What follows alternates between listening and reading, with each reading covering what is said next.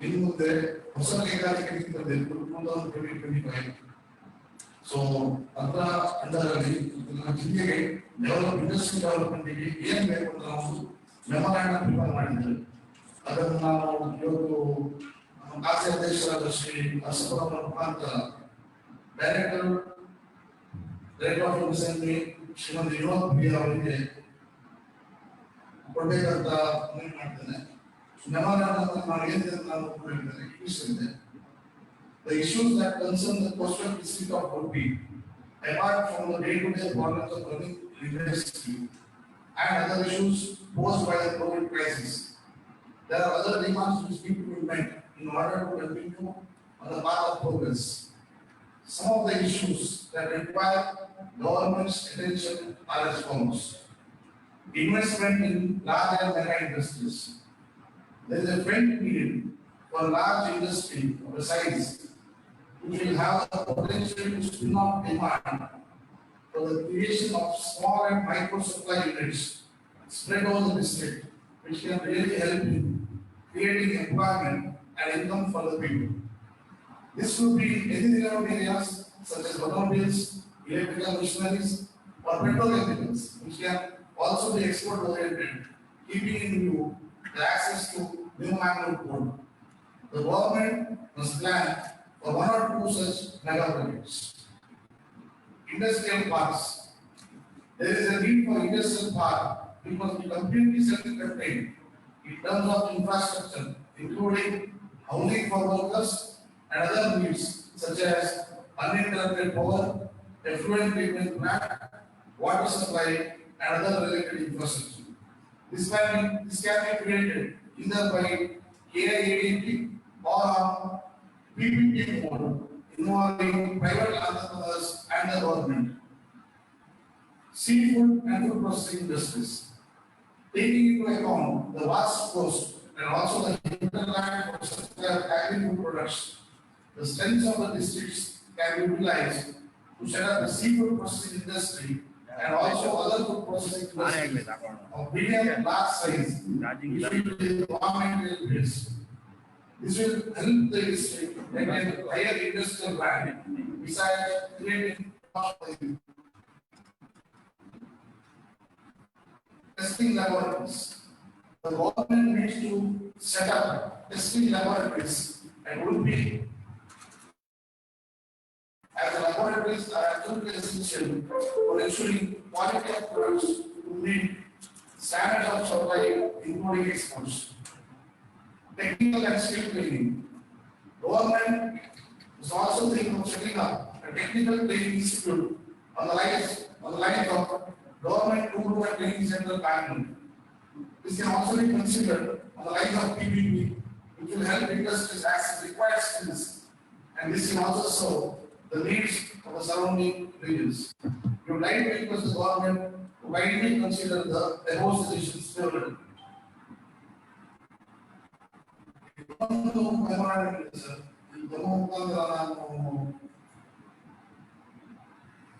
Karnataka Agriculture Department subject representation covers subsidy sanction to industry units. We wish to bring the kind notice that subsidy sanction to industry units under Karnataka Agri-Business and Food Processing Policy 2015 is pending for release since 2017-18. The pending details are as follows. Here, financial year 2017-18, subsidy to release is 454 lakh. 2018-19, it is 1,333 lakhs. 2019-20, it is 1,764 lakhs. Total pending subsidy to be disbursed in amounts of rupees 3,532 lakhs. More than rupees in a month. Here is the now due to COVID-19 pandemic, units are already suffering in this sector. The government releases subsidy. It will be very useful for the units. We kindly request you to take up with concerned authorities of agriculture department like CAPAC, the government of Karnataka, to release the required grant and outcomes. Thank you.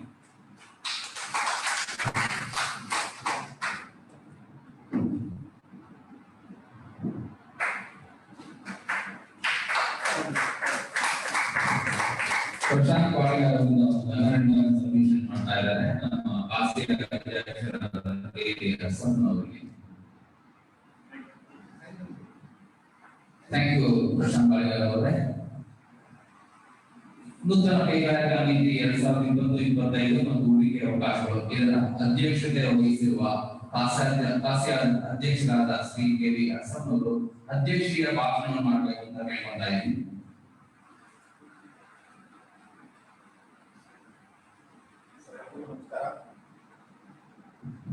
ಎಲ್ಲರಿಗೂ ನಮಸ್ಕಾರ. ನಾನು KV. ಹಸಪ್ಪ, ಕಾಶಿಯಾ president. ಇವತ್ತಿನ ದಿವಸ ಒಂದು ಒಳ್ಳೆ ಕಾರ್ಯಕ್ರಮ ನಾವು ಹಮ್ಮಿಕೊಂಡಿದ್ದೀವಿ. ಜಿಲ್ಲಾ ಕೈಗಾರಿಕಾ ಸಂಘ ಉಡುಪಿ ಅಧ್ಯಕ್ಷರು ಮತ್ತು ಪದಾಧಿಕಾರಿಗಳಿಂದ ಒಂದು ಕಾರ್ಯಕ್ರಮವನ್ನು ನಾವು ಮಾಡ್ತಾ ಇದ್ದೀವಿ. ಕಾಶಿಯಾ ಜೊತೆಗೆ ವೇದಿಕೆ ಮೇಲಿರುವಂತಹ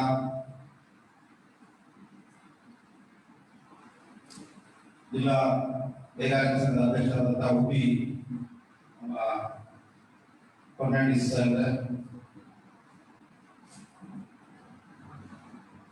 ಸೆಕ್ರೆಟರಿಗಳಾದಂತಹ ಒಬ್ಬ ಪ್ರಶಾಂತ್ ಪಾಳಿಗಾರ್ ಅವರೇ,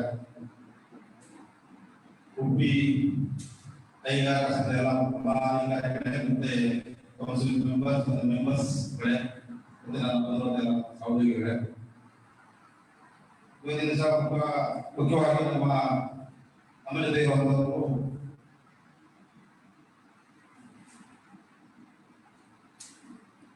ಗೋಕುಲ್ದಾಸ್ ನಾಯಕ್ ಸಾಹೇಬರು ಜಾಯಿಂಟ್ ಡೈರೆಕ್ಟರ್. ನಾವು 2ನೇ ವರ್ಷ ತಮ್ಮ ಇದೇ ರೀತಿಯಲ್ಲಿ ಮಾಡ್ತಾ ಇದ್ವಿ. ಮತ್ತೆ ಝೂಮಲ್ಲಿ ಬಂದಿರುವಂತಹ ನಮ್ಮ ಶ್ರೀನಿವಾಸ್ ಅಡಿಷನಲ್ ಡೈರೆಕ್ಟರ್ MSB ಅವರು ಸಹ ಝೂಮಲ್ಲಿ ಬಂದಿದ್ದಾರೆ. ವಿನೋದ್ ಅವರು ಜಯನಗರದಲ್ಲಿ ನಮ್ಮ ಡೈರೆಕ್ಟರ್, ನಮ್ಮ ಎಲ್ಲ ಆಫೀಸರ್ಸ್ ಮತ್ತೆ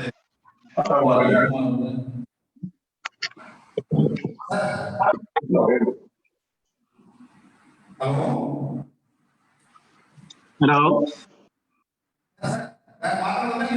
ನೀವು ದಯವಿಟ್ಟು ನಿಮ್ಮದೇ ಒಂದು ನಿಮಿಷ ಹೋಗಿ ಸರ್. ಹಲೋ ಸರ್ ಹೇಳಿ. ನಮಸ್ಕಾರ ಸರ್. ನಮಸ್ಕಾರ. ನಮಸ್ತೆ ನಮಸ್ತೆ ನಮಸ್ತೆ. I welcome you sir. Yeah okay okay. ಕೇಳಿಸ್ತಾ ಇದೆಯಾ?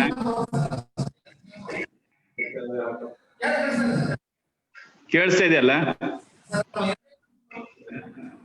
ಓಕೆ. ಹಲೋ ಹಾ ಹೇಳಿ. ಕೇಳಿಸ್ತಾ ಇದೆ?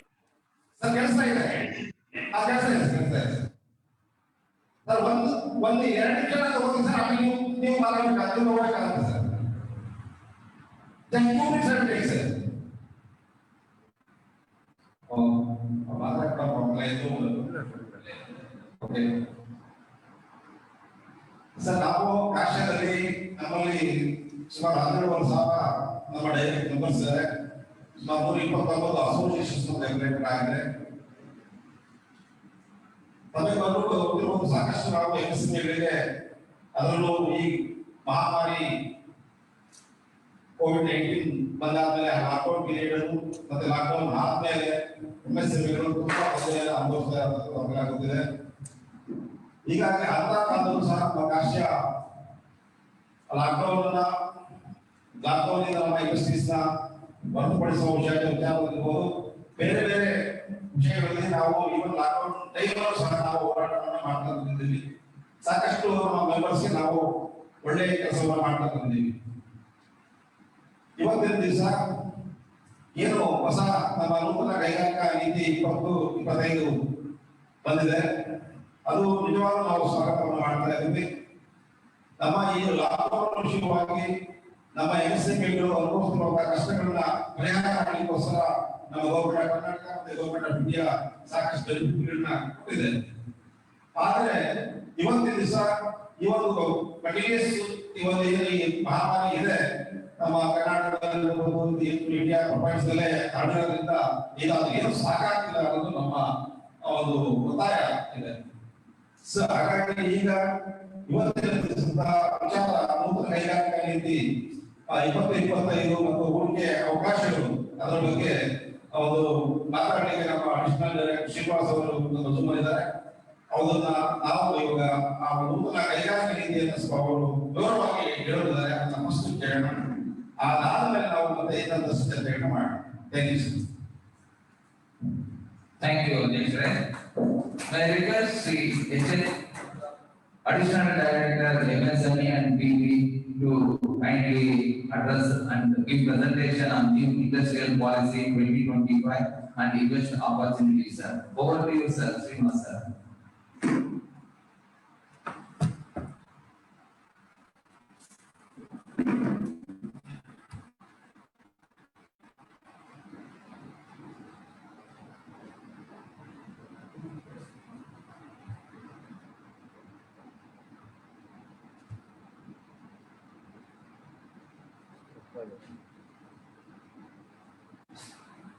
ಹಲೋ,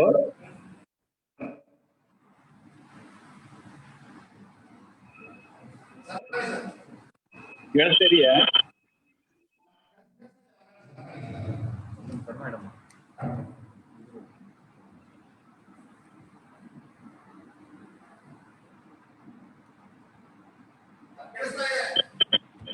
ಕೇಳಿಸ್ತಾ ಇದೆಯಾ?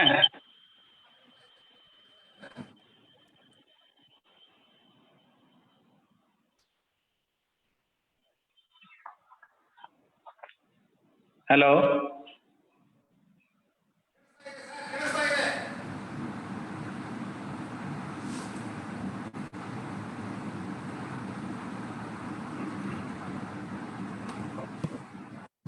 ಹಲೋ, ಮಾತಾಡ್ತೀನಿ ಅಂತೀನಿ.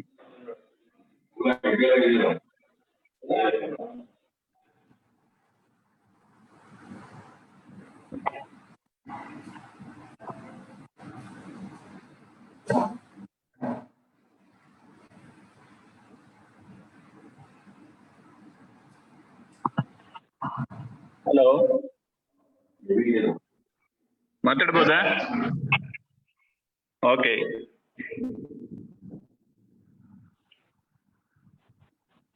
ಹಲೋ,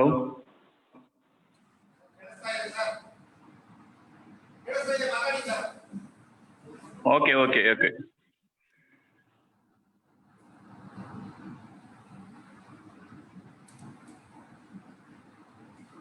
ಎಲ್ರಿಗೂ ನಮಸ್ಕಾರ.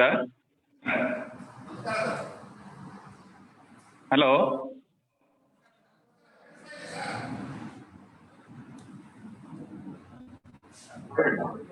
ಇಲ್ಲ, ಅದೇನೋ ಪ್ರಾಬ್ಲಮ್ ಇದೆ.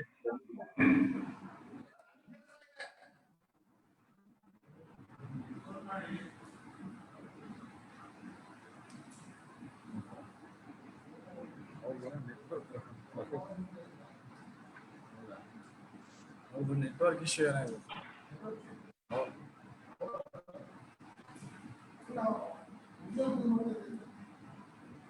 ವೇದಿಕೆ ಮೇಲೆ ಇರತಕ್ಕಂತ ಗಣ್ಯರಿಗೆ, ವೇದಿಕೆ ಮುಂದೆ ಇರತಕ್ಕಂತ ಗಣ್ಯರಿಗೆ ಹಾಗೂ ಇಂದಿನ ಕಾರ್ಯಕ್ರಮದಲ್ಲಿ ಭಾಗವಹಿಸತಕ್ಕಂತ ಎಲ್ಲ ಕೈಗಾರಿಕೋದ್ಯಮಿಗಳಿಗೆ, ಪತ್ರಿಕಾ ಮಿತ್ರರಿಗೆ ನಮಸ್ಕಾರ. ಕರ್ನಾಟಕ ಸರ್ಕಾರ ತಮ್ಗೆಲ್ಲರಿಗೂ ಗೊತ್ತಿರುವ ಹಾಗೆ ಭಾರತದಲ್ಲಿ ಕೈಗಾರಿಕಾ ನೀತಿಯನ್ನು ಜಾರಿಗೆ ತಂದಂತಹ ಮೊದಲ ರಾಜ್ಯ. ಇದನ್ನೇ ಒಂದು ಬೇಸ್ ಆಗಿಟ್ಕೊಂಡು ಇತರೆ ರಾಜ್ಯಗಳು ತಮ್ಮದೇ ಆದಂತಹ ಕೈಗಾರಿಕಾ ನೀತಿಯನ್ನು ರೂಪಿಸಿವೆ. ಇವತ್ತು ತಮಗೆಲ್ಲ ಗೊತ್ತಿದೆ, ರಾಷ್ಟ್ರದಲ್ಲಿ ಬೇರೆ ಬೇರೆ ರಾಜ್ಯಗಳು ತಮ್ಮ ರಾಜ್ಯದ ಆದಾಯವನ್ನು ಹೆಚ್ಚಿಗೆ ಮಾಡಬೇಕು, ಅಲ್ಲಿರ್ತಕ್ಕಂತಹ ನಿರುದ್ಯೋಗಿಗಳಿಗೆ ಉದ್ಯೋಗವನ್ನು ಸೃಷ್ಟಿ ಮಾಡಬೇಕು, ಸಂಪನ್ಮೂಲಗಳ ಬಳಕೆ ಆಗಬೇಕು ಅನ್ನೋ ದೃಷ್ಟಿಯಿಂದ ಬೇರೆ ಬೇರೆ ಕೈಗಾರಿಕಾ ನೀತಿಯನ್ನು ಪರಿಣಾಮಕಾರಿಯಾಗಿ ಜಾರಿಗೆ ತರ್ತಾ ಇದೆ. ಇವತ್ತು ಕರ್ನಾಟಕದಲ್ಲಿ ಇದೇ ಉದ್ದೇಶದಿಂದ ಸುಮಾರು 17 ಕೈಗಾರಿಕಾ ನೀತಿಗಳನ್ನ ಜಾರಿಗೆ ತಂದಿದೆ. ಉದಾಹರಣೆಗೆ ಅದು ಕೈಗಾರಿಕಾ ನೀತಿ ಆಗಿರ್ಬೋದು, ಕೃಷಿ ವಾಣಿಜ್ಯ ಹಾಗೂ ಆಹಾರ ಸಂಸ್ಕರಣಾ ನೀತಿ ಆಗಿರ್ಬೋದು, ಎಲೆಕ್ಟ್ರಿಕಲ್ ವೆಹಿಕಲ್ ಪಾಲಿಸಿ ಆಗಿರ್ಬೋದು, NRI ಪಾಲಿಸಿ ಆಗಿರ್ಬೋದು, ರಿಟೈಲ್ ಟ್ರೇಡ್ ಪಾಲಿಸಿ ಆಗಿರ್ಬೋದು, ನೆಕ್ಸ್ಟ್ ಈ ತರ ITBT ಪಾಲಿಸಿ ಆಗಿರ್ಬೋದು, ಸ್ಟಾರ್ಟ್ಅಪ್ ಪಾಲಿಸಿ ಆಗಿರ್ಬೋದು, ವಿವಿಧ ರೀತಿಯ 17 ಪಾಲಿಸಿಗಳನ್ನ ಕರ್ನಾಟಕ ರಾಜ್ಯ ಅನುಷ್ಠಾನಕ್ಕೆ ತಂದಿದೆ. ಹಲೋ, ನೆಕ್ಸ್ಟ್ ಸ್ಲೈಡ್ ತಗೊಳ್ಳಿ.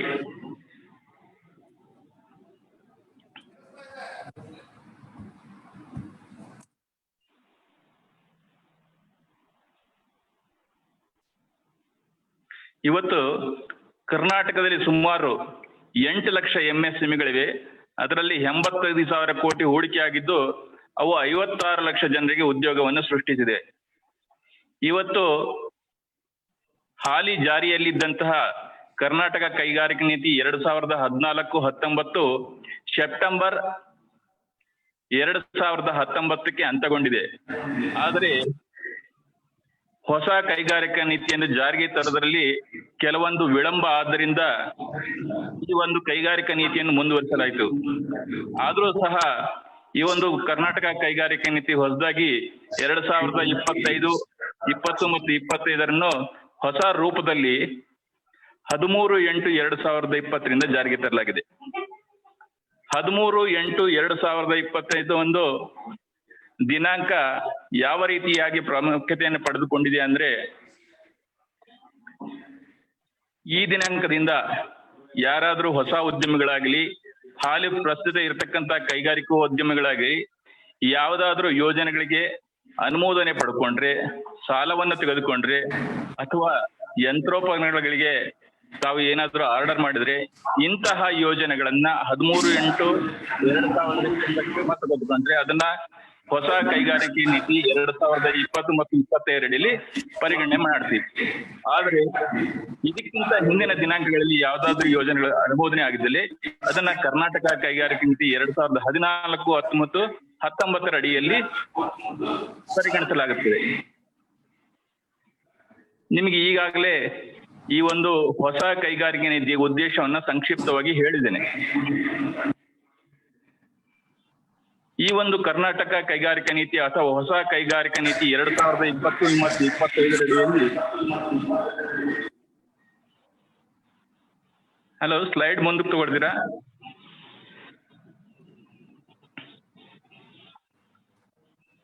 ಹಲೋ, ಇನ್ನೊಂದು ಮುಂದೆ ತಗೊಂಡಿದ್ದೀನಿ.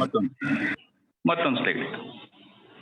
ಓಕೆ, ನಾವು ಈ ಒಂದು ಹೊಸ ಕೈಗಾರಿಕಾ ನೀತಿ 2020 ಮತ್ತು 25 ಅಡಿಯಲ್ಲಿ ಏನೇನು ಸೌಲಭ್ಯಗಳನ್ನ ಸೂಕ್ಷ್ಮ, ಸಣ್ಣ ಮತ್ತು ಮಧ್ಯಮ ಕೈಗಾರಿಕೆಗಳಿಗೆ ಒದಗಿಸಿದೆ ಅನ್ನೋ ಪೂರ್ವದಲ್ಲಿ ಈಗ ಈ ಒಂದು ಸೂಕ್ಷ್ಮ ಮತ್ತು ಸಣ್ಣ ಮಧ್ಯಮ ಕೈಗಾರಿಕೆಗಳಿಗೆ ಏನು ವ್ಯಾಖ್ಯಾನವನ್ನ ಕೇಂದ್ರ ಸರ್ಕಾರವನ್ನು ಜಾರಿಗೆ ತಂದಿದೆ ಅನ್ನೋದನ್ನ ಮುಖ್ಯವಾಗಿ ತಿಳ್ಕೊಬೇಕಾಗುತ್ತೆ. 1/7/2020 ಕೇಂದ್ರ ಸರ್ಕಾರವು ಸೂಕ್ಷ್ಮ, ಸಣ್ಣ ಮತ್ತು ಮಧ್ಯಮ ಕೈಗಾರಿಕೆಗಳ ವ್ಯಾಖ್ಯಾನವನ್ನು ಬದಲಾವಣೆ ಮಾಡಿದೆ. ಸೂಕ್ಷ್ಮ ಅಂದ ಕೂಡಲೇ ಅದರಲ್ಲಿ ಯಂತ್ರೋಪಕರಣಗಳು ಅಥವಾ ಸಲಕರಣೆಗಳ ಒಟ್ಟು ಬಂಡವಾಳವು ರು 1 ಕೋಟಿಗಿಂತ ಕಡಿಮೆ ಇದ್ದಲ್ಲಿ ಮತ್ತು ವಾರ್ಷಿಕ ವಹಿವಾಟು 5 ಕೋಟಿಗಿಂತ ಕಡಿಮೆ ಇದ್ದಲ್ಲಿ ಅದನ್ನ ಸೂಕ್ಷ್ಮ ಕೈಗಾರಿಕೆ ಅಂತ ಪರಿಗಣಿಸ್ತೇವೆ. ಸಣ್ಣ ಕೈಗಾರಿಕೆಗೆ ಅದರಲ್ಲಿ ಪ್ಲಾಂಟ್ ಅಂಡ್ ಮಿಷನರಿ ಅಥವಾ ಯಂತ್ರೋಪಕರಣಗಳ ಒಟ್ಟು ವೆಚ್ಚವು ರು 10 ಕೋಟಿಗಿಂತ ಕಡಿಮೆ ಇದ್ದಲ್ಲಿ ಮತ್ತು ವಾರ್ಷಿಕ ವಹಿವಾಟು ರು 50 ಕೋಟಿಗಿಂತ ಕಡಿಮೆ ಇದ್ದಲ್ಲಿ ಅದನ್ನ ಸಣ್ಣ ಕೈಗಾರಿಕೆ ಅಂತ ಹೇಳಿ. ಇನ್ನು ಮಧ್ಯಮ ಕೈಗಾರಿಕೆಯಲ್ಲಿ ಪ್ಲಾಂಟ್ ಅಂಡ್ ಮಿಷನರಿ ರು 50 ಕೋಟಿಗಿಂತ ಕಡಿಮೆ ಇದ್ದಲ್ಲಿ, ವಾರ್ಷಿಕ ವಹಿವಾಟು ರು 250 ಕೋಟಿಗಿಂತ ಕಡಿಮೆ ಇದ್ದಲ್ಲಿ ಅದನ್ನ ಮಧ್ಯಮ ಕೈಗಾರಿಕೆ ಅಂತ ಹೇಳ್ತೇವೆ. ಇದನ್ನ ಆಧಾರವಾಗಿಟ್ಕೊಂಡು ಸೂಕ್ಷ್ಮ, ಸಣ್ಣ ಮತ್ತು ಮಧ್ಯಮ ಕೈಗಾರಿಕೆಗಳಿಗೆ ವಿವಿಧ ರೀತಿಯ ಅಥವಾ ವಿವಿಧ ಪ್ರೋತ್ಸಾಹ ಮತ್ತು ರಿಯಾಯಿತಿಗಳನ್ನ ಈ ಒಂದು ಕೈಗಾರಿಕೆ ನೀತಿಯಲ್ಲಿ ಘೋಷಿಸಲಾಗಿದೆ. ನೆಕ್ಸ್ಟ್ ತಗೊಳ್ಳಿ. ಇದರಲ್ಲಿ ಮುಖ್ಯವಾಗಿ ಬಂಡವಾಳ ಹೂಡಿಕೆ ಸಹಾಯದ ಅಂತೇಳಿ ಇನ್ವೆಸ್ಟ್ಮೆಂಟ್ ಪ್ರಮೋಷನ್ ಸಬ್ಸಿಡಿ ಅಂತೇಳಿ. ನೆಕ್ಸ್ಟ್ ಬಂದು ಮುದ್ರಾಂಕ ಶುಲ್ಕ ವಿನಾಯಿತಿ ಅಂತೇಳಿ, ಮೂರನೇದಾಗಿ ಕನ್ಸೆಷನಲ್ ರಿಜಿಸ್ಟ್ರೇಷನ್ ಚಾರ್ಜಸ್ ಅಂತೇಳಿ, ನಾಲ್ಕನೇದು ಲ್ಯಾಂಡ್ ಕನ್ವರ್ಷನ್ ಫ್ರೀ ರಿಯಂಬರ್ಸ್ಮೆಂಟ್ ಆಗಿ, ಐದನೇದು ಎಲೆಕ್ಟ್ರಿಸಿಟಿ ಟ್ಯಾಕ್ಸ್ ಎಕ್ಸಾಮ್ಷನ್, ಆರನೇದು ಪವರ್ ಸಬ್ಸಿಡಿ. ಇದು ಭಾಗ ಒಂದರಲ್ಲಿ ಒಟ್ಟು 6 ಪ್ರೋತ್ಸಾಹ ಮತ್ತು ರಿಯಾಯಿತಿಗಳನ್ನ ಈ ಒಂದು ಕೈಗಾರಿಕೆ ನೀತಿ 2020 ಮತ್ತು 2025ರಲ್ಲಿ ಘೋಷಿಸಲಾಗಲಿ. ಭಾಗ 2ರಲ್ಲಿ ಇದು interest subsidy and technology upgradation loan ಅಂತೇಳಿ, ನೆಕ್ಸ್ಟ್ ಟೆಕ್ನಾಲಜಿ ಅಡಾಪ್ಟೇಷನ್ ಅಂತೇಳಿ, ಮೂರನೇದಾಗಿ ಟೆಕ್ನಾಲಜಿ ಬಿಸಿನೆಸ್ ಇನ್ಕ್ಯುಬೇಷನ್ ಸೆಂಟರ್ ಅಂತೇಳಿ, ನಾಲ್ಕನೇದು ಇನ್ಸೆಂಟಿವ್ಸ್ ಫಾರ್ ಕ್ವಾಲಿಟಿ ಸರ್ಟಿಫಿಕೇಶನ್ ಅಂತೇಳಿ. ಈ ಎಲ್ಲ ಪ್ರೋತ್ಸಾಹ ಮತ್ತು ರಿಯಾಯಿತಿಗಳ ಬಗ್ಗೆ ಸಂಪೂರ್ಣವಾದ ವ್ಯಾಖ್ಯಾನವನ್ನು ಆಯಾ ಸ್ಲೈಡ್ ಸಂಬಂಧಪಟ್ಟಾಗ ಮಾತ್ರ ನಾನು ಎಕ್ಸ್ಪ್ಲೈನ್ ಮಾಡ್ತೇನೆ. ಇನ್ನು ಮೂರನೇ ಭಾಗದಲ್ಲಿ ಸಸ್ಟೈನಬಿಲಿಟಿ ಅಂಡ್ ರೆಸ್ಪಾನ್ಸಿಬಿಲಿಟಿ ಇಂಡಸ್ಟ್ರಿಯಲೈಸೇಷನ್ ಅನ್ನೋ ಭಾಗದಲ್ಲಿ rain water harvesting, waste water recycling, reimbursement of expenses incurred for water audit ಅಂತೇಳಿ, zero discharge, recycling of electronic waste and plastic waste, ಆರನೇದು subsidy for setting of PTB. ಇವು 6 ಪ್ರೋತ್ಸಾಹ ಮತ್ತು ರಿಯಾಯಿತಿಗಳನ್ನ ಭಾಗ 3ರಲ್ಲಿ ಘೋಷಿಸಲಾಗಿದೆ. ಇನ್ನು ರಫ್ತು ಆಧಾರಿತ ಕೈಗಾರಿಕೆಗಳಿಗೆ ಈಗಾಗಲೇ ಯಾವುದಾದ್ರೂ MSCಗಳು ರಫ್ತುವನ್ನು ಕೈಗೊಂಡ್ರೆ ಅವಕ್ಕೆ ವಿಶೇಷವಾಗಿ 6 ರೀತಿಯ ಪ್ರೋತ್ಸಾಹ ಮತ್ತು ರಿಯಾಯಿತಿಗಳನ್ನ ನೀಡಲಾಗುತ್ತೆ. ಇದರಲ್ಲಿ ಎಲೆಕ್ಟ್ರಿಸಿಟಿ ಟ್ಯಾಕ್ಸ್ ಎಕ್ಸಾಮ್ಷನ್ ಅಂತೇಳಿ, ಪರ್ಫಾರ್ಮೆನ್ಸ್ ಸಬ್ಸಿಡಿ ಅಂತೇಳಿ, ಮೂರನೇದು ಬ್ಯಾಂಕ್ ಚಾರ್ಜಸ್ ಅಂತೇಳಿ, ECGC ಚಾರ್ಜಸ್ ಅಂತೇಳಿ, next certification charges, fee for acquiring certification ಅಂತೇಳಿ. ನೆಕ್ಸ್ಟ್ ನೋಡಿ.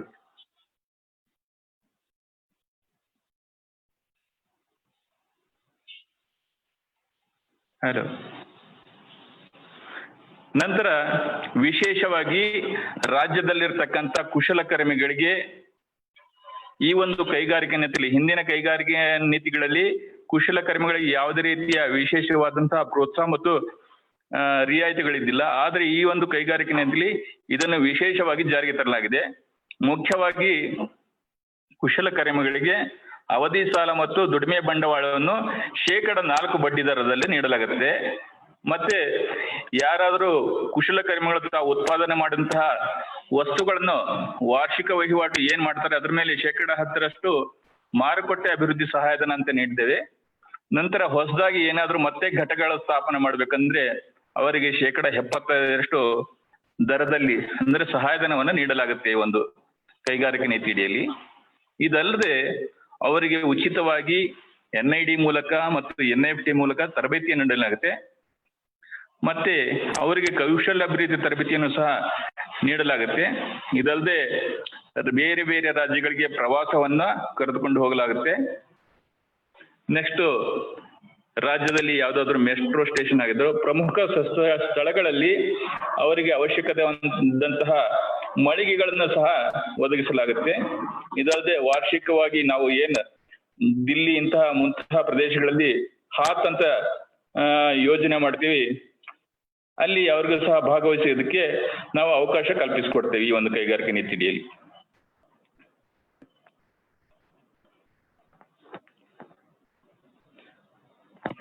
ಇನ್ನು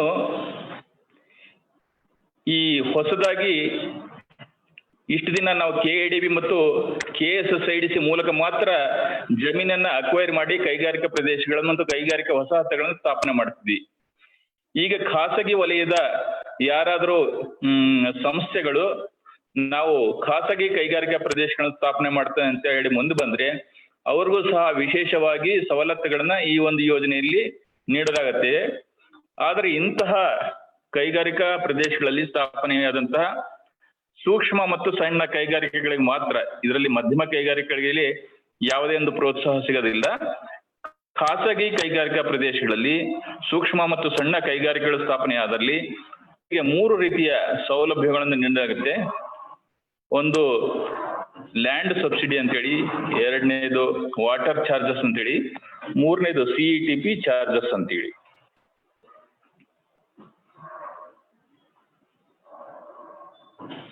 ಇವೆಲ್ಲ ಪ್ರೋತ್ಸಾಹ ಮತ್ತು ರಿಯಾಯಿತಿಗಳನ್ನ ಈಗ ಉದ್ಯಮಗಳ ಸಾಮಾಜಿಕ ವರ್ಗವನ್ನು ಆಧರಿಸಿ ಬೇರೆ ಬೇರೆ ದರಗಳಲ್ಲಿ ನೀಡಲಾಗುತ್ತೆ. ಮೊದಲನೇದಾಗಿ ಸಾಮಾನ್ಯ ವರ್ಗ ಅಂತೇಳಿ, ಎರಡನೇದಾಗಿ ವಿಶೇಷ ವರ್ಗ ಅಂತೇಳಿ.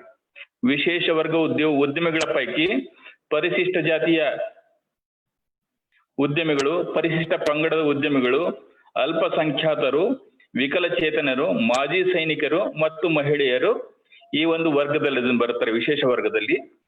ಹಿಂದಿನ ಕೈಗಾರಿಕೆ ನೀತಿಯಲ್ಲಿ ಒಂದು ವಿಶೇಷ ವರ್ಗವನ್ನ ತಂದಿದ್ರು, ಅದೇನಂದ್ರೆ OBC ಅಂತ, ಹಿಂದುಳಿದ ವರ್ಗವನ್ನು ಅಂತೇಳಿ.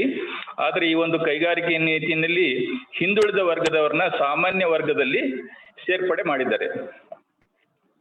ಇನ್ನು ಈ ಒಂದು ಕೈಗಾರಿಕಾ ನೀತಿಯಲ್ಲಿ ಯಾವುದಾದ್ರೂ ಪ್ರೋತ್ಸಾಹ ಮತ್ತು ಒಂದು ರಿಯಾಯಿತಿಯನ್ನ ನೀಡಬೇಕಂದ್ರೆ ಎಲ್ಲಾ ತಾಲೂಕುಗಳನ್ನು, ರಾಜ್ಯದಲ್ಲಿ ಇರತಕ್ಕಂತ ಎಲ್ಲಾ ತಾಲೂಕುಗಳನ್ನು 3 ಭಾಗವಾಗಿ ವಿಂಗಡಣೆ ಮಾಡಿದ್ದಾರೆ. ಅಲ್ಲಿ ಯಾವ ರೀತಿಯಾಗಿ ಕೈಗಾರಿಕಾ ಅಭಿವೃದ್ಧಿ ಆಗಿದೆ ಅದರ ಆಧಾರದ ಮೇಲೆ ಝೋನ್ 1, ಝೋನ್ 2, ಝೋನ್ 3 ಅಂತೇಳಿ ಭಾಗ ಮಾಡಿದ್ದಾರೆ. ಝೋನ್ 1 ಅಂದರೆ ಅತ್ಯಂತ ಹಿಂದುಳಿದ ತಾಲೂಕುಗಳು. ಇದರಲ್ಲಿ ಒಟ್ಟು 152 ತಾಲೂಕುಗಳು. ಸ್ವಲ್ಪ ಹಿಂದುಳಿದ ತಾಲೂಕು ಅಂದ್ರೆ ಝೋನ್ 2 ಅಂತೇಳಿ ಒಟ್ಟು 78 ತಾಲೂಕುಗಳು. ಕೈಗಾರಿಕಾ ಅಭಿವೃದ್ಧಿಯಲ್ಲಿ ಅತ್ಯಂತ ಮುಂದುವರೆದ ತಾಲೂಕುಗಳು ಅಂದ್ರೆ ಒಟ್ಟು 9 ತಾಲೂಕುಗಳು. ಇದರಲ್ಲಿ ಬೆಂಗಳೂರು ನಗರ ಮತ್ತು ಬೆಂಗಳೂರು ಗ್ರಾಮಾಂತರ ಜಿಲ್ಲೆಗಳು ಸೇರ್ಪಡೆಗೊಂಡಿವೆ.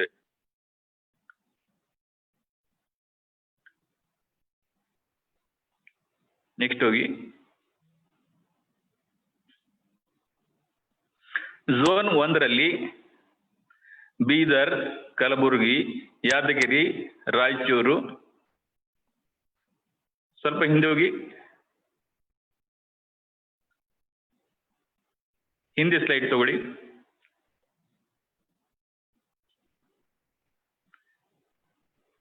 ಝೋನ್ 2ನಲ್ಲಿ ದಕ್ಷಿಣ ಕನ್ನಡ ಜಿಲ್ಲೆಯನ್ನು ಸಂಪೂರ್ಣವಾಗಿ ಝೋನ್ 2ನಲ್ಲಿ ತೆಗೆದುಕೊಳ್ಳಲಾಗಿದೆ ಮತ್ತು ಉಡುಪಿ ಜಿಲ್ಲೆಯನ್ನು ಸಂಪೂರ್ಣವಾಗಿ ಎಲ್ಲಾ ತಾಲೂಕುಗಳನ್ನು ಝೋನ್ 2ನಲ್ಲಿ ಸೇರ್ಪಡೆ ಮಾಡಲಾಗಿದೆ.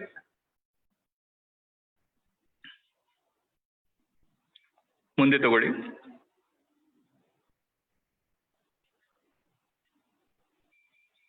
ಹಲೋ,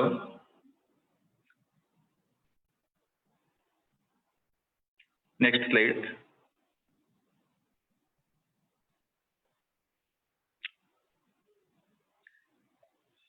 ಈ ಒಂದು ಕರ್ನಾಟಕ ಕೈಗಾರಿಕಾ ನೀತಿ ಅಥವಾ ಹೊಸ ಕೈಗಾರಿಕಾ ನೀತಿ 2020-24 ಏನು ಪ್ರೋತ್ಸಾಹ ಮತ್ತು ರಿಯಾಯಿತಿಗಳು ಸಿಗುತ್ತೆ, ಇವು ಹೊಸದಾಗಿ ಸ್ಥಾಪನೆ ಮಾಡತಕ್ಕಂತ ಘಟಕಗಳಿಗೆ, ವಿಸ್ತರಣೆ ಮಾಡತಕ್ಕಂತ ಘಟಕಗಳಿಗೆ, ಮತ್ತೆ ಆಧುನೀಕರಣ ಮಾಡತಕ್ಕಂತ ಘಟಕಗಳಿಗೆ, ಡೈವರ್ಸಿಫಿಕೇಶನ್ ಮಾಡತಕ್ಕಂತ 4 ಇದರಲ್ಲಿ ಯಾರು ಹೂಡಿಕೆ ಮಾಡತಕ್ಕೆ ಅಂತಹ ಘಟಕಗಳಿಗೆ ಎಲ್ಲಾ ರೀತಿಯ ಪ್ರೋತ್ಸಾಹ ಮತ್ತು ರಿಯಾಯಿತಿಗಳು ದೊರೆಯುತ್ತವೆ. ಹಿಂದಿನ ಕೈಗಾರಿಕಾ ನೀತಿಯಲ್ಲಿ ಯಾರಾದ್ರೂ ಹೊಸ ಉದ್ಯಮಿಗಳು ಕೈಗಾರಿಕೆಯನ್ನು ಸ್ಥಾಪನೆ ಮಾಡಬೇಕು ಅಂತಿದ್ರೆ ಅವರಿಗೆ ಕಡ್ಡಾಯವಾಗಿ 50%ಕ್ಕಿಂತ ಹೆಚ್ಚು ಸಾಲವನ್ನ ಪಡೆದು ಕೈಗಾರಿಕಾ ಸ್ಥಾಪನೆಯನ್ನು ಮಾಡಬೇಕು ಅಂತಹ ಒಂದು ಷರತ್ತು ಇತ್ತು. ಆದರೆ ಈ ಒಂದು ಕೈಗಾರಿಕಾ ನೀತಿಯನ್ನು ಆ ಷರತ್ತನ್ನು ಸಡಿಲಪಡಿಸಿ ಬ್ಯಾಂಕ್ ನೀವು ಸಾಲ ಪಡೆದು ಕೈಗಾರಿಕಾ ಸ್ಥಾಪನೆ ಮಾಡಿರುವುದು ಅಥವಾ ಸ್ವಂತ ಬಂಡವಾಳದಿಂದ ಕೈಗಾರಿಕಾ ಸ್ಥಾಪನೆ ಮಾಡುವುದು, ಇವೆರಡಕ್ಕೂ ಅವಕಾಶವನ್ನ ಕಲ್ಪಿಸಲಾಗಿದೆ. ಇದು ಒಂದು ಅತ್ಯಂತ ಏನು ಹೇಳ್ತೀವಿ ಸಹಾಯವನ್ನು ಒದಗಿಸಿದಂತ ಒಂದು ಯೋಜನೆ ಆಗಿದೆ ಇದರಲ್ಲಿ. ಇನ್ನು ಸೂಕ್ಷ್ಮ ಕೈಗಾರಿಕೆಗಳಿಗೆ ಯಾವ ರೀತಿಯಲ್ಲಿ ಬಂಡವಾಳ ಹೂಡಿಕೆ ಸಹಾಯಧನವನ್ನು ನೀಡಲಾಗುತ್ತೆ ಅಂತ ಹೇಳಿ ತಮಗೆಲ್ಲ ಗೊತ್ತಿದೆ. ಬಂಡವಾಳ ಹೂಡಿಕೆ ಸಹಾಯಧನ ಅಂತೇಳಿ ಏನಂದ್ರೆ ತಾವು ಒಟ್ಟಾರೆ ಏನು ಬಂಡವಾಳ ಹೂಡ್ತೀರಿ ಅದರ ಮೇಲೆ ಒಂದು ನಿರ್ದಿಷ್ಟವಾದ ಶೇಕಡವಾರು ಅದನ್ನ 30% ಆಗಿರ್ಬೋದು ಅಥವಾ 35% ಆಗಿರ್ಬೋದು ಒಂದು ಸಹಾಯಧನವನ್ನ ಅನುದಾನದ ರೂಪದಲ್ಲಿ ಕೈಗಾರಿಕೆಗಳಿಗೆ ನೀಡತಕ್ಕಂಥದ್ದು. ಆದರೆ ಗರಿಷ್ಠ ಅಂದ್ರೆ ಸಾಮಾನ್ಯ ವರ್ಗದವರಿಗೆ 30% ಸಹಾಯಧನ, ಒಟ್ಟು 25 ಲಕ್ಷದವರೆಗೆ. ಝೋನ್ 2ನಲ್ಲಿ ಅದರಲ್ಲಿ ಉಡುಪಿ ಮತ್ತು ದಕ್ಷಿಣ ಕನ್ನಡ ಜಿಲ್ಲೆಗಳಲ್ಲಿ ಎಲ್ಲಾ ತಾಲೂಕುಗಳು ಝೋನ್ 2 ಆಗಿರೋದ್ರಿಂದ ಸಾಮಾನ್ಯ ವರ್ಗದವರಿಗೆ 25%, ಗರಿಷ್ಠ 25 ಲಕ್ಷದವರೆಗೆ ಸಹಾಯಧನ ನೀಡತಕ್ಕಂಥ ಯೋಜನೆ. ವಿಶೇಷ ವರ್ಗದವರಿಗೆ ಇದಕ್ಕೆ ಹೆಚ್ಚುವರಿಯಾಗಿ ಅಂದ್ರೆ 25+5, ಅದೇ ರೀತಿ ಗರಿಷ್ಠ ಮಿತಿ 20 ಲಕ್ಷ + 5 ಲಕ್ಷ ಅಂತ ಇದನ್ನ ಪರಿಗಣಿಸಬೇಕಾಗುತ್ತೆ. ಹಿಂದಿನ ಕೈಗಾರಿಕಾ ನೀತಿಯಡಿಯಲ್ಲಿ ನಾವು ಸಹಾಯಧನವನ್ನ ಅದನ್ನ ಅಂದ್ರೆ ನೀವು ಏನ್ ಯಾವುದೇ ಟರ್ನ್ ಓವರ್ ಮಿತಿ ಇಲ್ಲದೆ ಒಟ್ಟು ಏನ್ ಸ್ಯಾಂಕ್ಷನ್ ಮಾಡ್ತೀರಿ ಅದನ್ನ ರಿಲೀಸ್ ಮಾಡ್ತಾ ಇದ್ವಿ. ಆದರೆ ಈ ಒಂದು ಕೈಗಾರಿಕಾ ನೀತಿಯಡಿಯಲ್ಲಿ ಯಾವುದೇ ಕೈಗಾರಿಕೆಗಳು ಕಡ್ಡಾಯವಾಗಿ ವಾರ್ಷಿಕ ವಹಿವಾಟು ಏನಾಗಿದೆ ಅಂತೇಳಿ ಅದನ್ನ ದಾಖಲೆಯನ್ನು ಒದಗಿಸಿದ ನಂತರ ಅದನ್ನು ವರ್ಷವಾರು ಶೇಕಡವಾರು ನಾವು ಸಹಾಯಧನವನ್ನ ಬಿಡುಗಡೆ ಮಾಡ್ತೀವಿ. ಕೆಲವು ಕೈಗಾರಿಕೆಗಳು ಯಾವ ರೀತಿಯಾಗಿ ವಹಿವಾಟನ್ನ ಹೆಚ್ಚು ವಹಿವಾಟನ್ನ ಮಾಡ್ತೇವೆ ಅವರಿಗೆ ಒಂದೇ ವರ್ಷದಲ್ಲಿ ಸಹಾಯಧನ ಸಂಪೂರ್ಣವಾಗಿ ಬಿಡುಗಡೆಯಾಗುವುದು. ಕಡಿಮೆ ವಹಿವಾಟವನ್ನು ಮಾಡ್ತಕ್ಕಂಥ ಕೈಗಾರಿಕೆಗಳಿಗೆ 2 ವರ್ಷ 3 ವರ್ಷ ಹೀಗೆ 5 ವರ್ಷದ ಅವಧಿವರೆಗೆ ಸಹಾಯಧನ ಬಿಡುಗಡೆ ಆಗೋದಕ್ಕೆ ಅವಕಾಶ ಇದೆ. ಇದರಲ್ಲಿ 6ನೇ ವರ್ಷದಲ್ಲಿ ಯಾವುದೇ ರೀತಿಯ ಸಹಾಯಧನವನ್ನು ನೀಡೋದಕ್ಕೆ ಅವಕಾಶ ಇಲ್ಲ ಈ ಕೈಗಾರಿಕಾ ನೀತಿಯಲ್ಲಿ.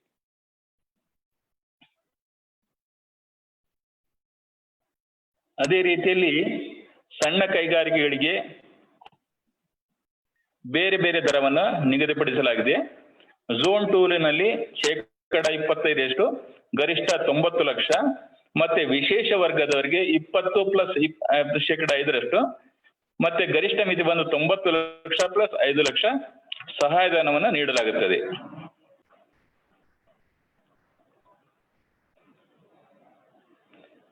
ನೆಕ್ಸ್ಟ್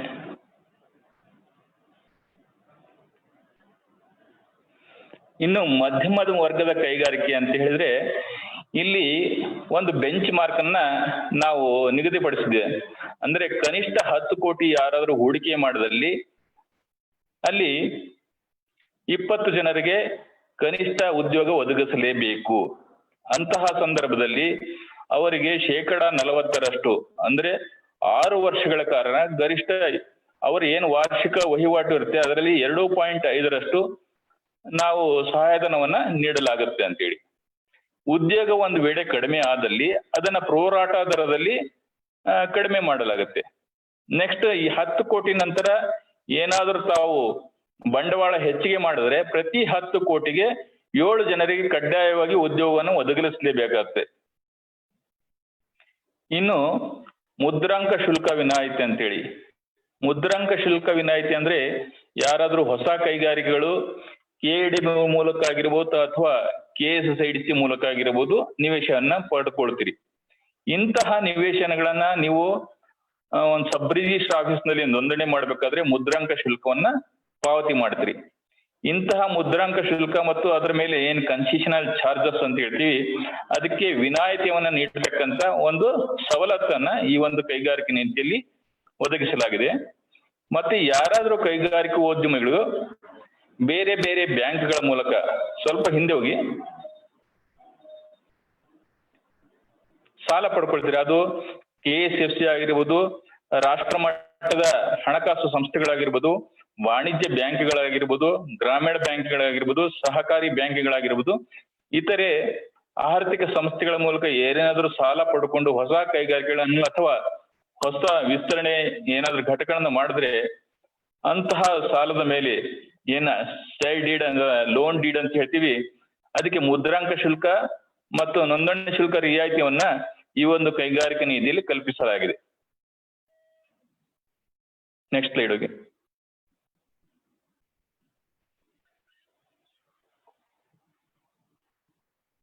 ಹಲೋ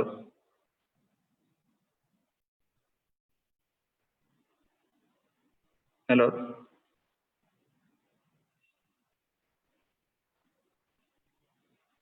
ಇನ್ನು ಬರೀ KSSIDC KEDB ಅಲ್ಲದೆ ಯಾರಾದ್ರೂ ಕೈಗಾರಿಕೋದ್ಯಮಗಳು ಖಾಸಗಿಯವರ ಮೂಲಕ ನಿವೇಶನವನ್ನ ಖರೀದಿ ಮಾಡಿ ಅಂದ್ರೆ 109 ಅಡಿಯಲ್ಲಿ ಅದನ್ನ ಭೂ ಪರಿವರ್ತನೆ ಮಾಡಿದಲ್ಲಿ ಅಂತಹವುಗಳಿಗೂ ಸಹ ಒಂದು ನೋಂದಣಿ ಶುಲ್ಕ ಅಥವಾ ಮುದ್ರಾಂಕ ಶುಲ್ಕ ವಿನಾಯಿತಿಯನ್ನ ಈ ಒಂದು ಕೈಗಾರಿಕೆ ನೀತಿಯಲ್ಲಿ ನೀಡಲಾಗುತ್ತದೆ.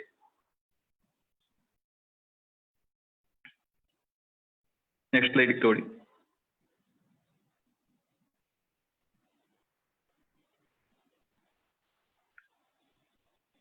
ಇಲ್ಲಿ ಟೇಬಲ್ ಅಲ್ಲಿ ತಾವು ನೋಡ್ಬೋದು ಈ ಸಾಲದ ಪತ್ರಗಳಿಗೆ ಮತ್ತು ಜಮೀನ್ ಏನ್ ನಿವೇಶನಗಳಿಗೆ ಏನ್ ಮುದ್ರಾಂಕ ಶುಲ್ಕವನ್ನ ಝೋನ್ 2 ಅಂದ್ರೆ ಮಂಗಳೂರು ಜಿಲ್ಲೆ ಹಾಗೂ ಉಡುಪಿ ಜಿಲ್ಲೆಗಳಲ್ಲಿ 100ರಷ್ಟು, ಅದು ಸಾಮಾನ್ಯ ವರ್ಗದವರಾಗ್ಲಿ ವಿಶೇಷ ವರ್ಗದವರಿಗೆ ಆಗ್ಲಿ 100ರಷ್ಟು ಮುದ್ರಾಂಕ ಶುಲ್ಕವನ್ನ ಈ ಒಂದು ಕೈಗಾರಿಕೆ ನೀತಿಯನ್ನು ನೀಡಲಾಗುತ್ತೆ. ಅದೇ ರೀತಿಗೆ ನೋಂದಣಿ ಚಾರ್ಜಸ್ ನ ಪ್ರತಿ 1000 ರೂಪಾಯಿಗೆ 1 ರೂಪಾಯಿನಂತೆ CRC ಕನ್ಸೆಷನಲ್ ರಿಜಿಸ್ಟ್ರೇಷನ್ ಚಾರ್ಜಸ್ ಅನ್ನ ಈ ಒಂದು ಕೈಗಾರಿಕೆ ನೀತಿಯಲ್ಲಿ ನೀಡಲಾಗ್ತಾ ಇದೆ.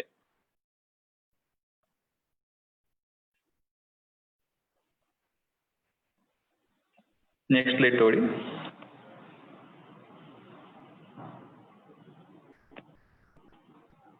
ಇನ್ನು ಎಲೆಕ್ಟ್ರಿಸಿಟಿ ಟ್ಯಾಕ್ಸ್ ಎಕ್ಸಂಪ್ಷನ್ ಅಂತ ಹೇಳಿ ಕೈಗಾರಿಕೆ ಸ್ಥಾಪನೆ ಮಾಡಿದಂತ ಕೈಗಾರಿಕೋದ್ಯಮಿಗಳು ಏನು ವಿದ್ಯುತ್ ಬಿಲ್ ಅನ್ನ ಪಡೆಯುತ್ತಾರೆ, ಅದರಲ್ಲಿ ಒಂದು ತೆರಿಗೆ ಅನ್ನುವಂತಹ ಕಾಂಪೋನೆಂಟ್ ಇರುತ್ತೆ. ಆ ಕಾಂಪೋನೆಂಟ್ ಅನ್ನ ವಿನಾಯಿತಿಯನ್ನ ಈ ಒಂದು ಕೈಗಾರಿಕಾ ನೀತಿಯಲ್ಲಿ ಒದಗಿಸಲಾಗಿದೆ. ಝೋನ್ 2 ಅಂದ್ರೆ ದಕ್ಷಿಣ ಕನ್ನಡ ಜಿಲ್ಲೆ ಮತ್ತು ಉಡುಪಿ ಜಿಲ್ಲೆಗಳಲ್ಲಿ ಸಾಮಾನ್ಯ ವರ್ಗದವರಿಗೆ 100% ತೆರಿಗೆ ವಿನಾಯಿತಿಯನ್ನ 6 ವರ್ಷಗಳ ಕಾಲ ಕಲ್ಪಿಸಲಾಗಿದೆ.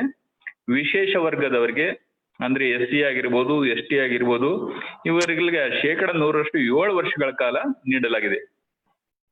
ಇನ್ನು ಈ ಒಂದು ಕೈಗಾರಿಕಾ ನೀತಿಯಲ್ಲಿ ಹಿಂದೆ ಯಾವುದೇ ಕೈಗಾರಿಕಾ ನೀತಿಯಲ್ಲಿ ಇಲ್ಲದೇ ಇದ್ದಂತಹ ಒಂದು ವಿಶೇಷ ಸವಲತ್ತು ಅಂದ್ರೆ ವಿದ್ಯುತ್ ಸಬ್ಸಿಡಿ ಅಂದ್ರೆ ಪವರ್ ಸಬ್ಸಿಡಿಯನ್ನ ಈ ಒಂದು ಕೈಗಾರಿಕಾ ನೀತಿಯಲ್ಲಿ ಒದಗಿಸಲಾಗಿದೆ. ಸಾಮಾನ್ಯ ವರ್ಗದವರಿಗೆ ಇದು ಸೂಕ್ಷ್ಮ ಮತ್ತು ಸಣ್ಣ ಕೈಗಾರಿಕೆಗಳಿಗೆ ಮಾತ್ರ ಅನ್ವಯಿಸದೆ ಮಧ್ಯಮ ಕೈಗಾರಿಕೆಗಳಿಗೆ ಅನ್ವಯ ಆಗೋದಿಲ್ಲ. ಈ ಒಂದು ಯೋಜನೆಯಡಿಯಲ್ಲಿ ಪ್ರತಿ ಒಂದು ಯೂನಿಟ್ಗೆ 1 ರೂಪಾಯಿನಂತೆ 3 ವರ್ಷಗಳ ಕಾಲ ಒಂದು ಸಹಾಯಧನವನ್ನ ನಿಮಗೆ ಮರುಪಾವತಿ ಮಾಡಲಾಗುತ್ತೆ, ಅಂದ್ರೆ ರಿಯಂಬರ್ಸ್ಮೆಂಟ್. ಫಸ್ಟ್ ನೀವು ಬಿಲ್ ಪೇಮೆಂಟ್ ನ KEB ಅಥವಾ ಎಸ್ಕಾಂಗಳಿಗೆ ನೀಡಬೇಕು.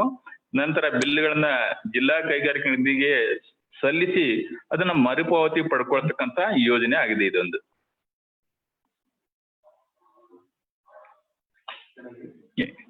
One hour. ನೆಕ್ಸ್ಟ್.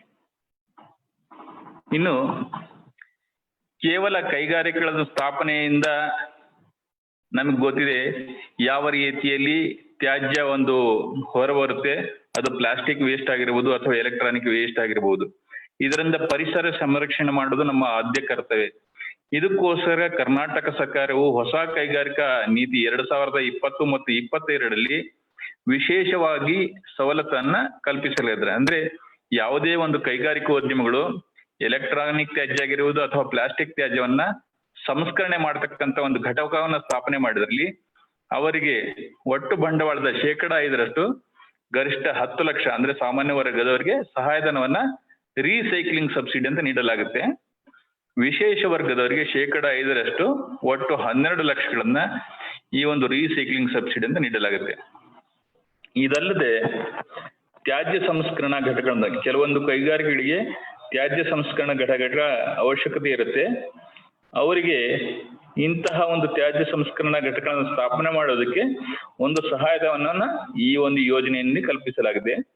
ಅದಕ್ಕೆ ಗರಿಷ್ಠ ಸಾಮಾನ್ಯ ವರ್ಗದವರಿಗೆ ಉಡುಪಿ ಮತ್ತು ದಕ್ಷಿಣ ಕನ್ನಡ ಜಿಲ್ಲೆಯಲ್ಲಿ 50% ಗರಿಷ್ಠ 50 ಲಕ್ಷ ಸಹಾಯಧನವನ್ನ, ವಿಶೇಷ ವರ್ಗದವರಿಗೆ 75% ಗರಿಷ್ಠ 60 ಲಕ್ಷ ಸಹಾಯಧನವನ್ನ ನೀಡಲಾಗುತ್ತೆ.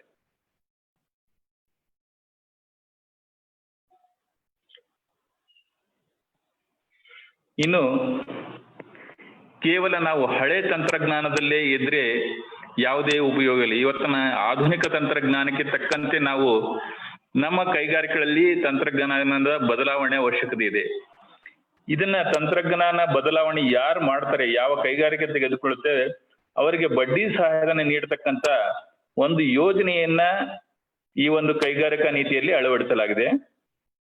ಅದರಲ್ಲಿ ವಿಶೇಷವಾಗಿ ಝೋನ್ 2 ಅಂದ್ರೆ ದಕ್ಷಿಣ ಕನ್ನಡ ಮತ್ತು ಉಡುಪಿ ಜಿಲ್ಲೆಗಳಲ್ಲಿ ನಾವು KSFC ಅಥವಾ ಬೇರೆ ಇತರೆ ಬ್ಯಾಂಕ್ಗಳ ಮೂಲಕ ಟೆಕ್ನಾಲಜಿ ಅಪ್ಗ್ರೇಡೇಷನ್ ತಂತ್ರಜ್ಞಾನ ಉನ್ನತೀಕರಣಕ್ಕಾಗಿ ಸಾಲ ಪಡ್ಕೊಳ್ತೀವಿ. ಅವರಿಗೆ 5% ಬಡ್ಡಿ ಸಹಾಯಧನವನ್ನ 5 ವರ್ಷಗಳ ಕಾಲ ನೀಡತಕ್ಕಂತ ಯೋಜನೆಯನ್ನ ಈ ಒಂದು ಕೈಗಾರಿಕಾ ನೀತಿಯಲ್ಲಿ ಅಳವಡಿಸಲಾಗಿದೆ.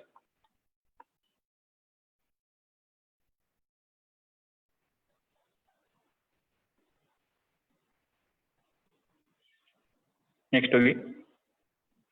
ಇದಲ್ಲದೆ ರಾಜ್ಯದಲ್ಲಿ ಕೆಲವು 38 ಆಧುನಿಕ ಲ್ಯಾಬೊರೇಟರೀಸ್ ಇದೆ. ಅವು ಲ್ಯಾಬೊರೇಟರೀಸ್ ಅಂದ ಕೂಡಲೇ ರಿಸರ್ಚ್ ಅಂಡ್ ಡೆವಲಪ್ಮೆಂಟ್ ಅಂತಾರೆ. ಈ ಡೆವಲಪ್ಮೆಂಟ್ ಸೆಂಟರ್ಸ್ ಏನ್ ಮಾಡ್ತೇವೆ, ತಂತ್ರಜ್ಞಾನವನ್ನ ಅಭಿವೃದ್ಧಿ ಪಡಿಸಿ ಬೇರೆ ಬೇರೆ ಕೈಗಾರಿಕೆಗಳಿಗೆ ಅವನ್ನ ಒದಗಿಸ್ತವೆ. ಯಾವುದಾದರೂ ಕೈಗಾರಿಕೆಗಳಿಗೆ ಇಂತಹ ಒಂದು ತಂತ್ರಜ್ಞಾನ ಇಂತಹ ಸಂಸ್ಥೆಗಳಿಂದ ಪಡ್ಕೊಂಡ್ರೆ ಅವುಗಳ ವೆಚ್ಚವನ್ನ ಕೆಲವು ದರದಲ್ಲಿ ಅದಕ್ಕೆ ಸಹಾಯಧನವನ್ನು ನೀಡತಕ್ಕಂತ ಒಂದು ಕಾರ್ಯಕ್ರಮ ಈ ಒಂದು ಕೈಗಾರಿಕೆ ನೀತಿಯಲ್ಲಿ ಇದೆ. ಝೋನ್ 2 ಅಂದ್ರೆ ದಕ್ಷಿಣ ಕನ್ನಡದ ಮತ್ತು ಉಡುಪಿ ಜಿಲ್ಲೆಗಳಲ್ಲಿ ಯಾರಾದರೂ ಕೈಗಾರಿಕಾ ಉದ್ಯಮಗಳು ಇಂತಹ ತಂತ್ರಜ್ಞಾನವನ್ನು ಪಡೆದುಕೊಂಡಲ್ಲಿ, ಅದರಲ್ಲಿ ಸಾಮಾನ್ಯ ವರ್ಗದ ಕೈಗಾರಿಕೋದ್ಯಮಗಳು 25% ಸಹಾಯಧನ, ಅದಕ್ಕೆ 50,000 ಗರಿಷ್ಠ ಸಹಾಯಧನವನ್ನು ನೀಡಲಾಗುತ್ತೆ.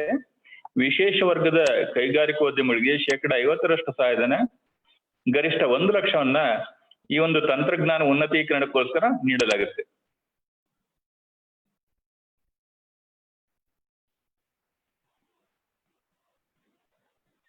ಇನ್ನು ಕೈಗಾರಿಕಾ ಸ್ಥಾಪನೆ ನಂತರ ಕೈಗಾರಿಕೋದ್ಯಮಗಳು ತಮ್ಮ ಗುಣಮಟ್ಟವನ್ನ ಕಾಪಾಡಿಕೊಳ್ಬೇಕಾಗುತ್ತೆ. ಇಂತಹ ಗುಣಮಟ್ಟ ಕಾಪಾಡಿಕೊಳ್ಳೋದಕ್ಕೋಸ್ಕರ ನಾವು ಕೆಲವು ಪ್ರೋತ್ಸಾಹ ಮತ್ತು ರಿಯಾಯಿತಿಗಳನ್ನ ನೀಡಬೇಕಾಗುತ್ತೆ. ನೀವು ಅದನ್ನ ISO ಪ್ರಮಾಣ ಪತ್ರ ಪಡಿಬಹುದು ಅಥವಾ BIS ಪ್ರಮಾಣ ಪತ್ರ ಪಡಿಬಹುದು, ವಿ ಕನೆಕ್ಟ್ ಅಥವಾ ಇನ್ನು ಬೇರೆ ಬೇರೆ ಪ್ರಮಾಣ ಪತ್ರಗಳನ್ನು ಪಡ್ಕೊಳ್ಬಹುದು. ಆದರೆ ಈ ಒಂದು ಕೈಗಾರಿಕಾ ನೀತಿಯಲ್ಲಿ ಕೇವಲ 3 ಪ್ರಮಾಣ ಪತ್ರಗಳಿಗೆ ಮಾತ್ರ ನಾವು ಪ್ರೋತ್ಸಾಹ ಮತ್ತು ರಿಯಾಯಿತಿಯನ್ನ ಒದಗಿಸಲಾಗಿದೆ. ISO ಅಂದ್ರೆ we have not put in condition it is ISO 9000 or ISO 14100 ಅಂತ ಹೇಳಿ. ಒಟ್ಟು ISO ಪ್ರಮಾಣ ಪತ್ರವನ್ನು ಪಡೆದುಕೊಂಡಲ್ಲಿ ಗರಿಷ್ಠ 75%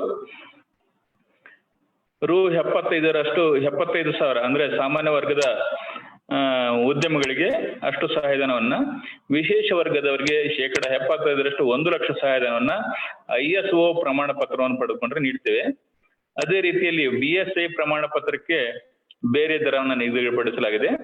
ನಂತರ ವಿಶೇಷವಾಗಿ ಮಹಿಳಾ ಉದ್ಯಮಿಗಳು, ರಾಜ್ಯದಲ್ಲಿರ್ತಕ್ಕಂಥ ಮಹಿಳಾ ಉದ್ಯಮಿಗಳು ಅಂತಾರಾಷ್ಟ್ರೀಯ ಏನು ವಿ ಕನೆಕ್ಟ್ ಅನ್ನೋ ಸಂಸ್ಥೆ ಇದೆ, ಇವುಗಳಿಂದ ಪ್ರಮಾಣ ಪತ್ರ ಪಡೆದುಕೊಂಡ್ರೆ 3 ವರ್ಷದವರೆಗೆ ಬೇರೆ ಬೇರೆ ದರವನ್ನ ನಾನು ಇದನ್ನ ರಿಯಂಬರ್ಸ್ ಮಾಡೋದಕ್ಕೆ ಒಂದು ಅವಕಾಶವನ್ನ ಈ ಒಂದು ಕೈಗಾರಿಕಾ ನೀತಿಯಲ್ಲಿ ಕಲ್ಪಿಸಲಾಗಿದೆ.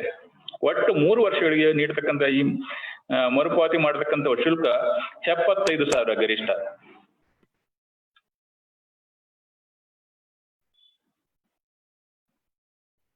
ಇದಲ್ಲದೆ ಇವತ್ತು ನಾವೆಲ್ಲ ಅನುಭವಿಸ್ತಾ ಇದ್ದೀವಿ ಒಂದು ನೀರಿನ ಕೊರತೆ. ಅದರಲ್ಲಿ ಉಡುಪಿ ಮತ್ತು ಮಂಗಳೂರು ಜಿಲ್ಲೆಗಳಲ್ಲಿ ಪ್ರತಿ ವರ್ಷ ಮಳೆ ಆದ್ರೂ ಸಹ ಕೆಲವೊಂದು ಸಮಯದಲ್ಲಿ ನೀರಿನ ಕೊರತೆ ಉಂಟಾಗುತ್ತೆ. ಈ ಒಂದು ನೀರಿನ ಕೊರತೆ ನೀಗಿಸಬೇಕು ಅನ್ನೋ ಉದ್ದೇಶದಿಂದ ಕೈಗಾರಿಕೆಗಳು ಅವ್ರನ್ನ ನೀರಿನ ಕೊಯ್ಲನ್ನು ಮಾಡತಕ್ಕಂಥದ್ದು ಬಹಳ ಅವಶ್ಯಕತೆ ಇದೆ. ಇದನ್ನು ನಾವು ಪ್ರಮೋಟ್ ಮಾಡೋದಕ್ಕೋಸ್ಕರ, ಉತ್ತೇಜನ ನೀಡುವ ಉದ್ದೇಶದಿಂದ ಕೈಗಾರಿಕೆ ಉದ್ಯಮಗಳಿಗೆ ವಿಶೇಷವಾಗಿ ಒಂದು ಪ್ರೋತ್ಸಾಹ ಮತ್ತು ರಿಯಾಯಿತಿಯನ್ನ ನೀಡಲಾಗುತ್ತೆ. ದಕ್ಷಿಣ ಕನ್ನಡ ಮತ್ತು ಉಡುಪಿ ಜಿಲ್ಲೆಗಳಲ್ಲಿ ಸಾಮಾನ್ಯ ವರ್ಗದ ಉದ್ಯಮಿಗಳು ಏನಾದರೂ ಇಂಥ ಮಳೆ ನೀರು ಕೊಯ್ಲನ್ನ ಮಾಡಿದಲ್ಲಿ 50% ಸಹಾಯಧನವನ್ನ, ಒಟ್ಟು ಗರಿಷ್ಠ 2 ಲಕ್ಷ ಸಹಾಯಧನವನ್ನು ನೀಡಲಾಗುತ್ತೆ. ವಿಶೇಷ ವರ್ಗದವರಿಗೆ 75% ಗರಿಷ್ಠ 2.5 ಲಕ್ಷ ಸಹಾಯಧನವನ್ನು ಸಹ ನೀಡಲಾಗುತ್ತದೆ.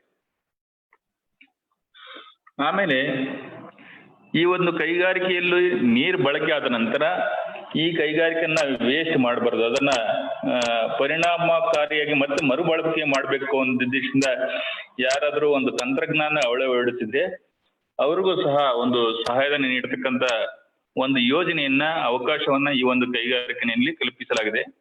ಸಾಮಾನ್ಯ ವರ್ಗದವರಿಗೆ ಗರಿಷ್ಠ 50% ಗರಿಷ್ಠ 7.5 ಲಕ್ಷ, ವಿಶೇಷ ವರ್ಗದವರಿಗೆ 75% ಗರಿಷ್ಠ 8.5 ಲಕ್ಷದಷ್ಟು ಸಹಾಯಧನವನ್ನು ಈ ಯೋಜನೆಯಲ್ಲಿ ನೀಡಲಾಗುತ್ತದೆ. ಮತ್ತೆ ಯಾರಾದ್ರೂ ಕೈಗಾರಿಕೋದ್ಯಮಗಳಲ್ಲಿ ತಾವು ತಮ್ಮ ಕೈಗಾರಿಕೆಯಲ್ಲಿ ಎಷ್ಟು ನೀರನ್ನ ಬಳಕೆ ಮಾಡುತ್ತೀವಿ, ಅದನ್ನು ಹೇಗೆ ಮತ್ತು ಪರಿಣಾಮಕಾರಿಯಾಗಿ ಬಳಕೆ ಮಾಡುವಂತಹ ಒಂದು ಆಡಿಟ್ ಮಾಡಿಸಿದಲ್ಲಿ ಅದಕ್ಕೂ ಸಹ ಒಂದು ಸಹಾಯಧನವನ್ನ ನೀಡಲಾಗುತ್ತೆ. ಈ ಯೋಜನೆಯಲ್ಲಿ ಗರಿಷ್ಠ 75%, ಗರಿಷ್ಠ 1 ಲಕ್ಷವನ್ನ ವಿಶೇಷ ವರ್ಗದವರಿಗೆ ಮತ್ತು ಸಾಮಾನ್ಯ ವರ್ಗದವರಿಗೆ ಒಂದು ಸಹಾಯಧನವನ್ನ ಈ ಒಂದು ಕೈಗಾರಿಕೆ ನಿಧಿಯಲ್ಲಿ ನೀಡಲಾಗುತ್ತದೆ.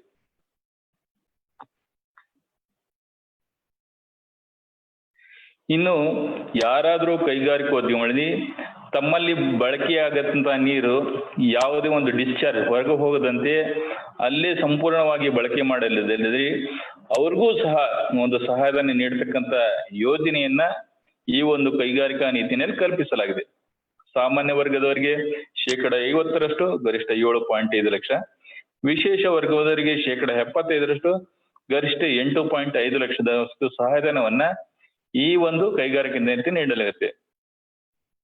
ಇನ್ನು ರಫ್ತು ಮಾಡತಕ್ಕಂತ ಕೈಗಾರಿಕೆಗಳಿಗೆ ವಿಶೇಷವಾಗಿ ನಾವು ಕೆಲವು ಸವಲತ್ತುಗಳನ್ನ ಈ ಒಂದು ಕೈಗಾರಿಕಾ ನೀತಿಯಲ್ಲಿ ಕಲ್ಪಿಸಲಾಗಿದೆ. ಝೋನ್ 3 ಅಂದ್ರೆ ಬೆಂಗಳೂರು ನಗರ ಮತ್ತು ಬೆಂಗಳೂರು ಜಿಲ್ಲೆಯಲ್ಲಿ ರಫ್ತು ಕೈಗಾರಿಕೆಗಳಿಗೆ ವಿಶೇಷವಾಗಿ 100% 5 ವರ್ಷಗಳ ಕಾಲ ನಾವು ವಿದ್ಯುತ್ ಎಲೆಕ್ಟ್ರಿಸಿಟಿ ಟ್ಯಾಕ್ಸ್ ಎಕ್ಸಾಮ್ಷನ್ ಒದಗಿಸ್ತಾ ಇದ್ದೀವಿ. ಇಂತಹ ಕೈಗಾರಿಕೆಗಳು ಕನಿಷ್ಠ 50% ವಹಿವಾಟಿನಲ್ಲಿ ಅದರ ರಫ್ತಿನಲ್ಲಿ ಇರಲೇಬೇಕು ಅನ್ನುವಂತಹ ನಿಬಂಧನೆಯನ್ನ ವಿಧಿಸಲಾಗಿದೆ.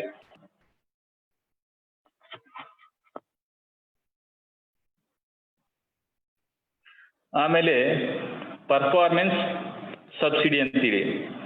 ಯಾವುದಾದ್ರೂ ಸೂಕ್ಷ್ಮ ಅಥವಾ ಸಣ್ಣ ಕೈಗಾರಿಕೆಗಳು ತಮ್ಮ ವಹಿವಾಟನ್ನು ವಾರ್ಷಿಕ ವಹಿವಾಟನ್ನು ದ್ವಿಗುಣಗೊಳಿಸಿದ್ರೆ ಅವರಿಗೆ ಗರಿಷ್ಠ 10 ಲಕ್ಷ ಒಂದು ಸಹಾಯಧನವನ್ನ, ಒಟ್ಟು ವಹಿವಾಟಿನ 1% ಅಂದ್ರೆ 10 ಲಕ್ಷ ಸಹಾಯಧನವನ್ನ ಈ ಒಂದು ಯೋಜನೆಯಲ್ಲಿ ನೀಡಲಾಗುತ್ತೆ ಪರ್ಫಾರ್ಮೆನ್ಸ್ ಸಬ್ಸಿಡಿಯಾಗಿ.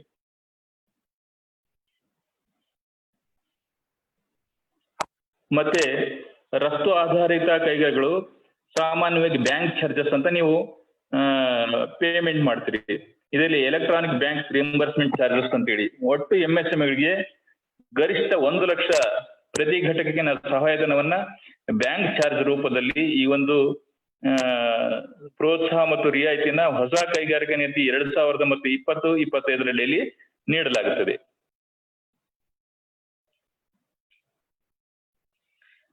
ಮತ್ತೆ ಎಲೆಕ್ಟ್ರಾನಿಕ್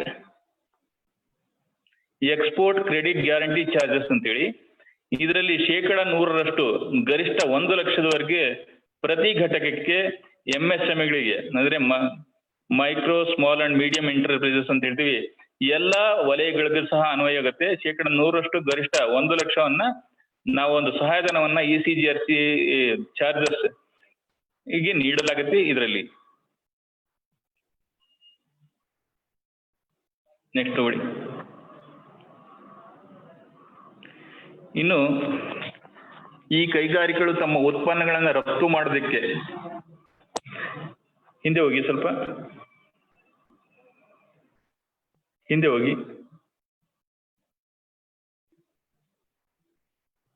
ಕೈಗಾರಿಕೆಗಳು ತಮ್ಮ ಉತ್ಪನ್ನಗಳನ್ನ ಬೇರೆ ಬೇರೆ ರಾಷ್ಟ್ರಗಳಿಗೆ ರಫ್ತು ಮಾಡ್ಬೇಕಂದ್ರೆ ಆ ರಾಷ್ಟ್ರದ ಕೆಲವು ಪ್ರಮಾಣ ಪತ್ರಗಳನ್ನ ಪಡ್ಕೋಬೇಕಾಗುತ್ತೆ. ಇಂತಹ ಪ್ರಮಾಣ ಪತ್ರ ಪಡ್ಕೊಳ್ಳೋದಿಕ್ಕೆ 50% ಗರಿಷ್ಠ 1 ಲಕ್ಷದಷ್ಟು ಸಹಾಯಧನವನ್ನ ಈ ಒಂದು ಹೊಸ ಕೈಗಾರಿಕಾ ನೀತಿ 2020 ಮತ್ತು 2022 ಕಲ್ಪಿಸಲಾಗಿದೆ. ನೆಕ್ಸ್ಟ್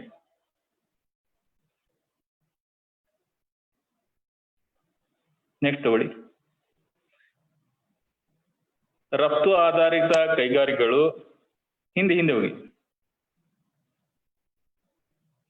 ತಮ್ಮಲ್ಲಿರ್ತಕ್ಕಂತಹ ಸಿಬ್ಬಂದಿಗೆ ಈ ಒಂದು ರಫ್ತಿನ ಬಗ್ಗೆ ತರಬೇತಿಯನ್ನು ಮಾಡಿಸ್ಬೇಕು ಅಥವಾ ಯಾವುದೇ ಉದ್ಯಮಗಳು ರಫ್ತು ತರಬೇತಿಯನ್ನು ಪಡ್ಕೋಬೇಕು ಅನ್ನೋ ಉದ್ದೇಶದಿಂದ Indian institute of export management ಅಂತ ಏನ್ ಹೇಳ್ತೀವಿ, ಇದೇ ಸಂಸ್ಥೆ ಆಗಿರುವುದು ಅಥವಾ ಸರ್ಕಾರವನ್ನು ಗುರುತಿಸಿದ ಕೆಲವು ಸಂಸ್ಥೆಗಳ ಮೂಲಕ 4 ತಿಂಗಳ ಕಾಲ ಏನಾದ್ರೂ ತರಬೇತಿ ಪಡೆದ್ರೆ ಅದರಲ್ಲಿ 50% ಒಂದು ಫೀಸ್ ಅನ್ನ ನಾವು ಗರಿಷ್ಠ 25,000 ಪ್ರತಿ ಅಭ್ಯರ್ಥಿಗೆ ಮರುಪಾವತಿ ಮಾಡೋದಕ್ಕೆ ಅವಕಾಶ ಕಲ್ಪಿಸಲಾಗಿದೆ. ನೆಕ್ಸ್ಟ್ ನೋಡಿ,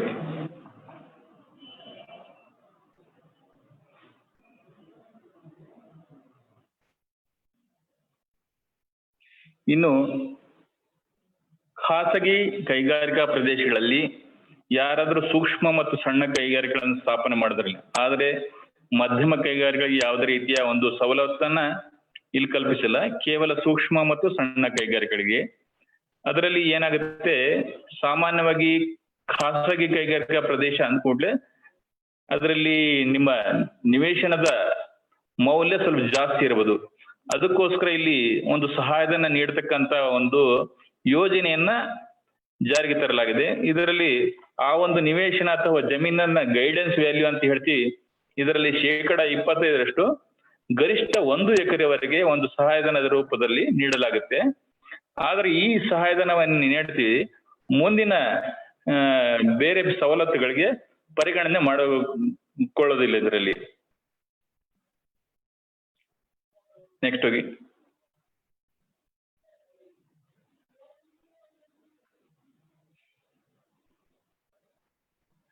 ಇನ್ನು ಖಾಸಗಿ ಕೈಗಾರಿಕಾ ಪ್ರದೇಶಗಳಲ್ಲಿ ಸೂಕ್ಷ್ಮ ಮತ್ತು ಸಣ್ಣ ಕೈಗಾರಿಕೆಗಳು ಆ ಒಂದು ನೀರನ್ನ ಪಡ್ಕೊಂಡ್ರೆ ನೀರಿನ ವೆಚ್ಚವನ್ನು ಗರಿಷ್ಠ 5 ವರ್ಷಗಳವರೆಗೆ ಪ್ರತಿ 1000 ಲೀಟರ್ಗೆ 15 ರೂಪಾಯಿಯಷ್ಟು ಸಹಾಯಧನವನ್ನ ಸೂಕ್ಷ್ಮ ಮತ್ತು ಸಣ್ಣ ಕೈಗಾರಿಕೆಗೆ ಖಾಸಗಿ ಕೈಗಾರಿಕಾ ವಲಯದಲ್ಲಿ ಇರತಕ್ಕಂಥ ಸೂಕ್ಷ್ಮ ಮತ್ತು ಸಣ್ಣ ಕೈಗಾರಿಕೆಗಳಿಗೆ ನೀಡೋದಕ್ಕೆ ಅವಕಾಶ ಕಲ್ಪಿಸಲಾಗಿದೆ ಈ ಒಂದು ಕೈಗಾರಿಕೆ ನೀತಿಯಲ್ಲಿ.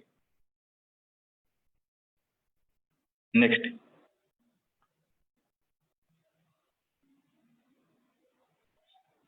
ಅದೇ ರೀತಿಯಲ್ಲಿ ಖಾಸಗಿ ಕೈಗಾರಿಕಾ ಪ್ರದೇಶದಲ್ಲಿ ಇರತಕ್ಕಂತ ಸೂಕ್ಷ್ಮ ಮತ್ತು ಸಣ್ಣ ಕೈಗಾರಿಕೆಗಳಿಗೂ ತಮ್ಮ ಸ್ವಂತ ಯಾವುದೇ ಸಿಇಟಿ ತ್ಯಾಜ್ಯ ಸಂಸ್ಕರಣಾ ಘಟಕ ಇಲ್ಲದ ಸಂದರ್ಭದಲ್ಲಿ ಅಲ್ಲಿರ್ತಕ್ಕಂಥ ತ್ಯಾಜ್ಯ ಮತ್ತು ಸಂಸ್ಕರಣಾ ಘಟಕಗಳಿಗೆ ಸೇವೆಯನ್ನು ಪಡ್ಕೋಬೇಕಂದ್ರೆ ರಾಜ್ಯ ಸರ್ಕಾರಗಳು ಹೊಸ ಕೈಗಾರಿಕೆ ನೀತಿ 2020-25ರಲ್ಲಿ ರೂ 15ರಂತೆ ನಾವೊಂದು ಸಹಾಯಧನವನ್ನ ಗರಿಷ್ಠ 5 ವರ್ಷಗಳವರೆಗೆ ನೀಡೋದಕ್ಕೆ ಒಂದು ಅವಕಾಶ ಕಲ್ಪಿಸಲಾಗಿದೆ.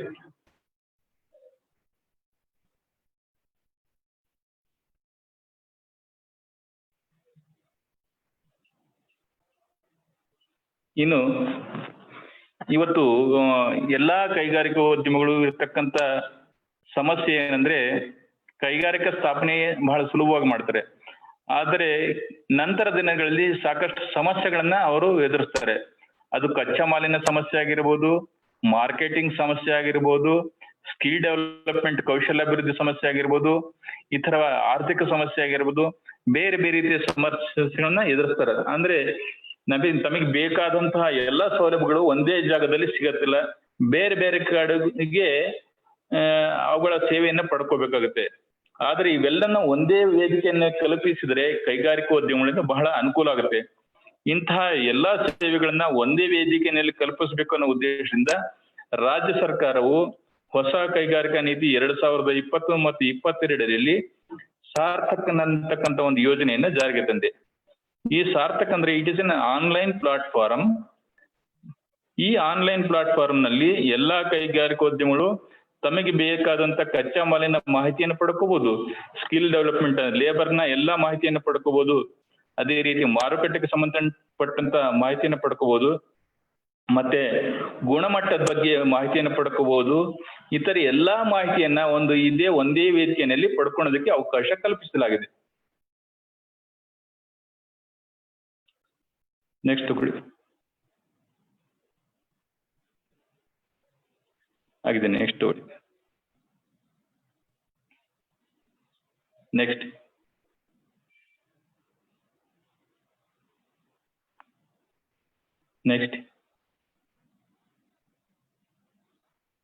ಇನ್ನು ಮೂಲಭೂತ ಸೌಲಭ್ಯ ಬೆಂಬಲ. ಹಿಂದಿನ ಕೈಗಾರಿಕಾ ನೀತಿನಲ್ಲಿ ಕೆಡಿಬಿ ಅಭಿವೃದ್ಧಿಪಡಿಸಿದಂತಹ ಒಂದು ಜಮೀನಿನಲ್ಲಿ 20% ಮಾತ್ರ ನಿವೇಶನಗಳನ್ನು ಅಥವಾ ಒಟ್ಟಾರೆ ವಿಸ್ತೀರ್ಣವನ್ನ ಎಂಎಸ್ಎಂಇಗಳಿಗೆ, ಸೂಕ್ಷ್ಮ ಸಣ್ಣ ಹಾಗೂ ಮಧ್ಯಮ ಕೈಗಾರಿಕೆ ಮೀಸಲಾಗಿಡುತ್ತೆ. ಆದ್ರೆ ಈ ಒಂದು ಕೈಗಾರಿಕಾ ನೀತಿಯಲ್ಲಿ 20ರಿಂದ 30% ಇದನ್ನ ಹೆಚ್ಚಿಗೆ ಮಾಡಲಾಗಿದೆ. ಈ 30% ನಲ್ಲಿ ಮತ್ತೆ ಮೀಸಲಾತಿಯನ್ನು ಬೇರೆ ಬೇರೆ ವರ್ಗದವರಿಗೆ, ಸಾಮಾನ್ಯ ವರ್ಗದವರಿಗೆ ಯಾವುದೇ ಮೀಸಲಾತಿ ಇಲ್ಲ.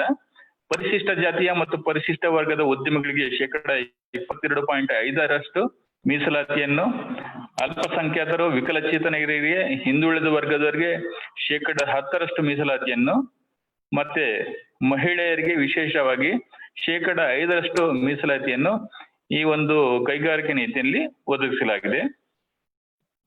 ಇದಲ್ಲದೆ ಈ ಒಂದು ಕೈಗಾರಿಕಾ ನೀತಿಯಲ್ಲಿ ಇಷ್ಟು ದಿನ ನಾವು ಹಾರಿಜಾಂಟಲ್ ಗ್ರೋತ್ ಅಂತ ಹೇಳ್ತೇವೆ, ಈಗ ವರ್ಟಿಕಲ್ ಗ್ರೋತ್ ಅಂದ್ರೆ ಅಪಾರ್ಟ್ಮೆಂಟ್ ರೂಪದಲ್ಲಿ ಅಥವಾ ಬೇರೆ ಬೇರೆ ಫ್ಲಾಟೆಡ್ ಫ್ಯಾಕ್ಟರಿ ಅಂತ ಹೇಳ್ತೀವಿ ಅದನ್ನ ಕಟ್ಟೋದಕ್ಕೂ ಸಹ ಈ ಒಂದು ಕೈಗಾರಿಕಾ ನೀತಿಯಲ್ಲಿ ಅವಕಾಶ ಕಲ್ಪಿಸಲಾಗಿದೆ.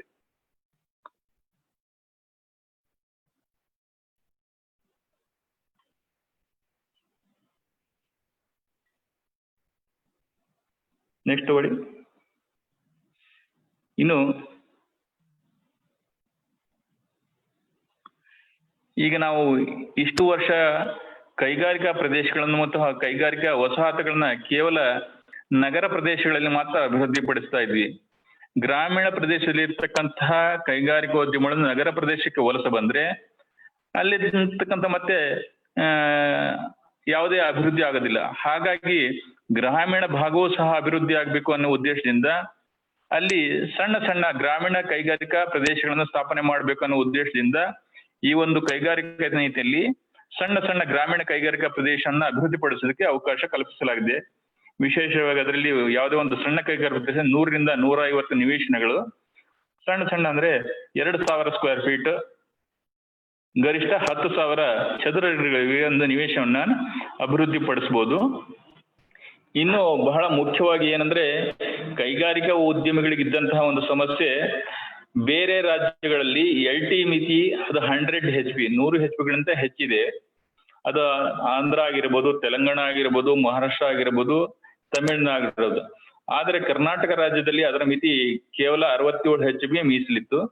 ಅದನ್ನ ಈ ಒಂದು ಕೈಗಾರಿಕೆಯಲ್ಲಿ ಗರಿಷ್ಠ 100 HP ಏರಿಸಬೇಕು ಅನ್ನೋ ಒಂದು ಆದೇಶವನ್ನು ಸಹ ಕಲ್ಪಿಸಲಾಗಿದೆ.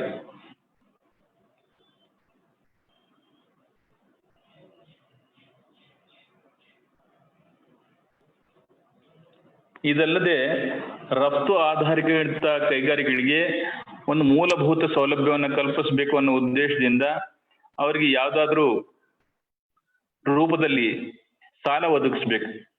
ಆದರೆ ಎಲ್ಲಾ ವಾಣಿಜ್ಯ ಬ್ಯಾಂಕುಗಳು, RRBs, ಬೇರೆ ಇತರ ಸಂಸ್ಥೆಗಳು ಸಾಲವನ್ನು ನೀಡದೇ ಇದ್ದಲ್ಲಿ ಇಂತಹ ಕೈಗಾರಿಕೆಗಳು ಎಲ್ಲಿಂದ ಸಾಲ ಪಡ್ಕೊಳ್ಳೋದಕ್ಕೆ ಸಾಧ್ಯ? ಅದಕ್ಕೋಸ್ಕರ ರಾಜ್ಯದಲ್ಲಿ ವಿಶೇಷವಾಗಿ 2 ಕ್ರೆಡಿಟ್ ಫಂಡ್ ಅಂತ ಹೇಳ್ತೀವಿ. ಆ ಫಂಡ್, ಈಕ್ವಿಟಿ ಫಂಡ್ ಅನ್ನ ಸ್ಥಾಪನೆ ಮಾಡೋದಕ್ಕೆ ಒಂದು ಯೋಜನೆಯನ್ನು ಸಹ ಈ ಒಂದು ಕೈಗಾರಿಕೆ ನೀತಿಯಲ್ಲಿ ಅವಕಾಶ ಕಲ್ಪಿಸಲಾಗಿದೆ. ಇದಲ್ಲದೆ ಪ್ರತಿ ವರ್ಷ ಸಣ್ಣ ಕೈಗಾರಿಕೆಗಳು ಮತ್ತು ದೊಡ್ಡ ಕೈಗಾರಿಕೆಗಳ ಮಧ್ಯೆ ಬಾಂಧವ್ಯವನ್ನು ಕಲ್ಪಿಸಬೇಕು ಅನ್ನೋ ಉದ್ದೇಶದಿಂದ ವೆಂಡರ್ ಡೆವಲಪ್ಮೆಂಟ್ ನ ಯೋಜನೆ ಮಾಡತಕ್ಕಂತ ಒಂದು ಅವಕಾಶವನ್ನು ಕಲ್ಪಿಸಲಾಗಿದೆ.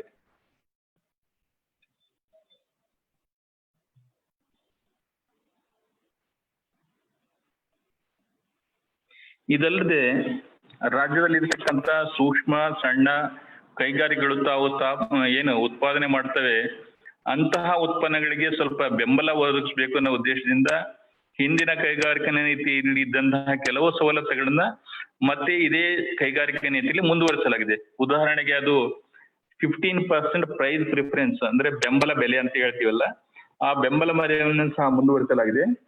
ಇದಲ್ಲದೆ ಸೂಕ್ಷ್ಮ ಮತ್ತು ಸಣ್ಣ ಕೈಗಾರಿಕೆಗಳಿಗೆ ಟೆಂಡರ್ ಡಾಕ್ಯುಮೆಂಟ್ ಅಂತ ಹೇಳ್ತೀವಿ, ಅದಕ್ಕೆ ಯಾವುದೇ ಒಂದು ಫೀಸ್ ಇರೋದಿಲ್ಲ, ಉಚಿತವಾಗಿ ಟೆಂಡರ್ ಡಾಕ್ಯುಮೆಂಟ್ ಅನ್ನ ನೀಡಬೇಕಾಗುತ್ತೆ. ನಂತರ EMD ಸಹ ಯಾವುದೇ EMD ಸಹ ವಿಧಿಸೋದ ಅವಶ್ಯಕತೆ ಇಲ್ಲ ಈ ಒಂದು ಕೈಗಾರಿಕಾ ನೀತಿಯ ಅನ್ವಯ.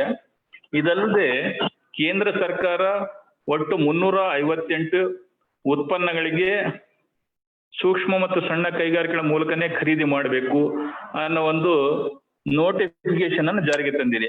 ಇದನ್ನ ರಾಜ್ಯ ಸರ್ಕಾರಗಳು ಸಹ ಪರಿಣಾಮಕಾರಿಯಾಗಿ ಅನುಷ್ಠಾನಗೊಳಿಸಬೇಕು ಅನ್ನೋ ಉದ್ದೇಶದಿಂದ ಅಗತ್ಯ ಬದಲಾವಣೆಗಳನ್ನ ಈ ಒಂದು ಕೈಗಾರಿಕಾ ನೀತಿಯಲ್ಲಿ ಜಾರಿಗೆ ತರಲಾಗಿದೆ.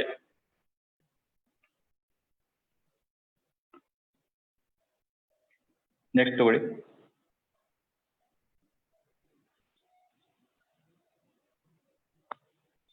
ಇನ್ನು ರಾಜ್ಯದಲ್ಲಿ ಜಾರಿ ಇರತಕ್ಕಂತ KTPP ಆಕ್ಟ್ ಅಂದ್ರೆ ಕರ್ನಾಟಕ ಪಾರದರ್ಶಕ ಸಾರ್ವಜನಿಕ ಸಂಗ್ರಹಣೆಯಲ್ಲಿ ಪಾರದರ್ಶಕ ನಿಯಮ ಅಂತ ಏನು ಹೇಳ್ತೀವಿ, ಅದರಲ್ಲಿ ಕೆಲವೊಂದು ಬದಲಾವಣೆಗಳನ್ನ ತರೋ ಅವಶ್ಯಕತೆ ಇದೆ. ಅದಕ್ಕಾಗಿಯೇ ರಾಜ್ಯ ಸರ್ಕಾರ ಈ ಒಂದು ಹೊಸ ಕೈಗಾರಿಕೆ ನೀತಿಯಲ್ಲಿ ಕೆಲವುಗಳನ್ನ ಘೋಷಣೆ ಮಾಡಿದೆ. ಇವತ್ತು 20% ಅಂತ ಏನ್ ಹೇಳ್ತೀವಿ, ಅದು MSMEಗಳ ಮೂಲಕ ಖರೀದಿ, ಇದನ್ನ 25%ಗೆ ಕೇಂದ್ರ ಸರ್ಕಾರ ಈಗಾಗಲೇ ಅನುಷ್ಠಾನಗೊಳಿಸಿದೆ. ಈ 25% ನಲ್ಲಿ 4% ಪರಿಶಿಷ್ಟ ಜಾತಿಯ ಮತ್ತು ಪರಿಶಿಷ್ಟ ಪಂಗಡದ ಉದ್ಯಮಿಗಳ ಮೂಲಕ 3% ನ ಮಹಿಳಾ ಉದ್ಯಮಿಗಳ ಮೂಲಕ ರಾಜ್ಯ ಸರ್ಕಾರದ ಕಚೇರಿಗಳಾಗಿರ್ಬೋದು, ರಾಜ್ಯ ಸರ್ಕಾರದ ನಿಗಮ ಮತ್ತು ಮಂಡಳಿಗಳಾಗಿರ್ಬೋದು ಖರೀದಿ ಮಾಡಬೇಕಾಗುತ್ತೆ ಈ ನಿಯಮದ ಪ್ರಕಾರ.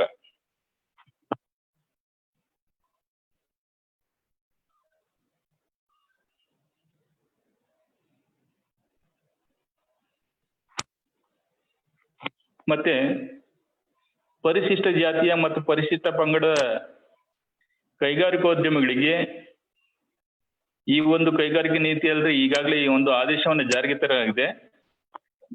ಗರಿಷ್ಠ 2 ಎಕರೆ ನಿವೇಶನವನ್ನು ಪಡ್ಕೊಂಡ್ರೆ KDB ಮೂಲಕ ಅಥವಾ KSCDC ಮೂಲಕ A ಅಥವಾ B ವರ್ಗದ ಶೆಡ್ಗಳ ಮೂಲಕ ಏನಾದರೂ ಅಲಾಟ್ಮೆಂಟ್ ಪಡ್ಕೊಂಡ್ರೆ ಅವರಿಗೆ 75% ಸಹಾಯಧನವನ್ನ, ಗರಿಷ್ಠ 2 ಕೋಟಿ ಸಹಾಯಧನವನ್ನ ಈ ಒಂದು ಯೋಜನೆಯಲ್ಲಿ ಕಲ್ಪಿಸಲಾಗಿದೆ. ಅದಲ್ಲದೆ ತಾವು ಏನಾದರೂ KSCDC ಮೂಲಕ ನಿವಾಸವನ್ನು ಪಡೆದಿದ್ರೆ ಅಲ್ಲಿ KSCDC ಅವರು ಒಂದನ್ನ ಶೆಡ್ ನ ನಿರ್ಮಾಣ ಮಾಡಿಕೊಡ್ತಾರೆ. ಇದಕ್ಕೋಸ್ಕರ 90% ಸಹಾಯಧನವನ್ನ ಸಹ ನೀಡಲಾಗುತ್ತೆ. ಇದು ಕೇವಲ D ಮತ್ತು C ಟೈಪ್ ಶೆಡ್ಗಳಿಗೆ ಮಾತ್ರ ಅನ್ವಯ ಆಗುತ್ತೆ. ಅದು ಸೂಕ್ಷ್ಮ ಮತ್ತು ಸಣ್ಣ ಕೈಗಾರಿಕೆಗಳಿಗೆ ಮಾತ್ರ ಅನ್ವಯ ಆಗುತ್ತೆ. ಮಧ್ಯಮ ವರ್ಗದ ಕೈಗಾರಿಕೆಗೆ ಅನ್ವಯ ಆಗೋದಿಲ್ಲ.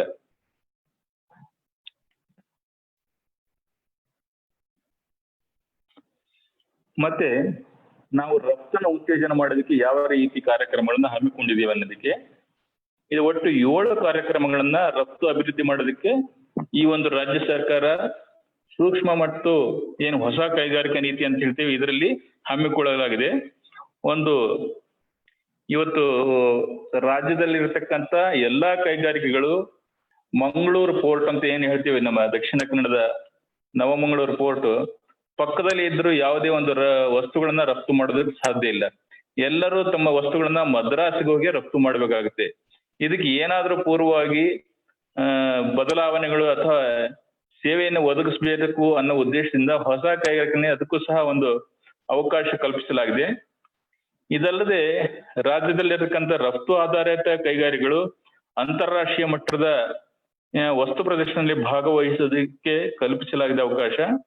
ಮತ್ತೆ ಇದಕ್ಕೆ ಜಾಗೃತಿ ಮಾಡತಕ್ಕಂಥದ್ದು ಜಾಗೃತಿ ಕಾರ್ಯಕ್ರಮಗಳನ್ನು, ಬೇರೆ ಬೇರೆ ಅವಾರ್ಡ್ಗಳನ್ನ ನೀಡತಕ್ಕಂಥದ್ದು ರಫ್ತು ಆಧಾರಿತ ಅವಾರ್ಡ್ಗಳನ್ನು, ಮತ್ತೆ ಇದಕ್ಕೆ ವಿಶೇಷವಾಗಿ ಪ್ಲಾನ್ಸ್, ಸ್ಟ್ರಾಟಜಿಕ್ ಇಂಪ್ಲಿಮೆಂಟೇಷನ್ ಯೂನಿಟ್ ಸ್ಥಾಪನೆ ಮಾಡ್ತಕ್ಕಂಥ ಈ ಒಟ್ಟು 7 ರೀತಿಯ ಸೇವೆಗಳನ್ನ ಅಥವಾ ಕಾರ್ಯಕ್ರಮಗಳನ್ನ ಈ ಒಂದು ಕೈಗಾರಿಕೆ ನೀತಿಯಲ್ಲಿ ಹಮ್ಮಿಕೊಳ್ಳಲಾಗಿದೆ.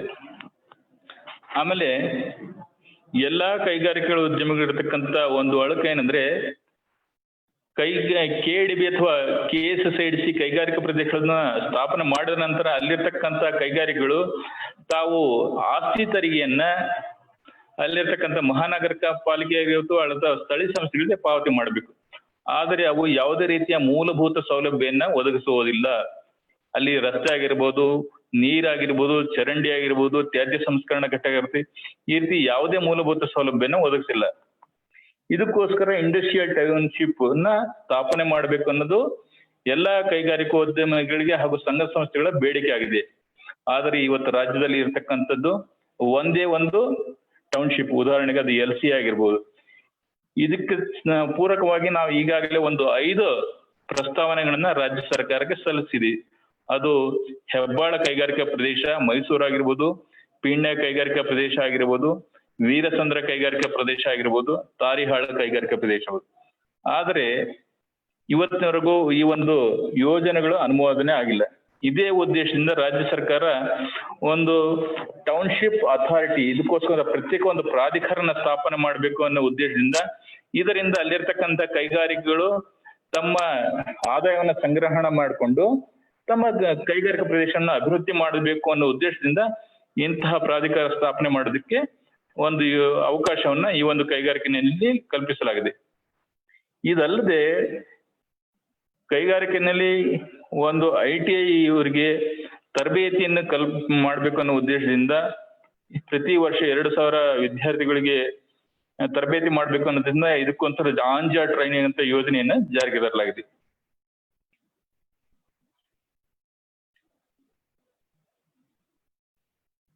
ನೆಕ್ಸ್ಟ್,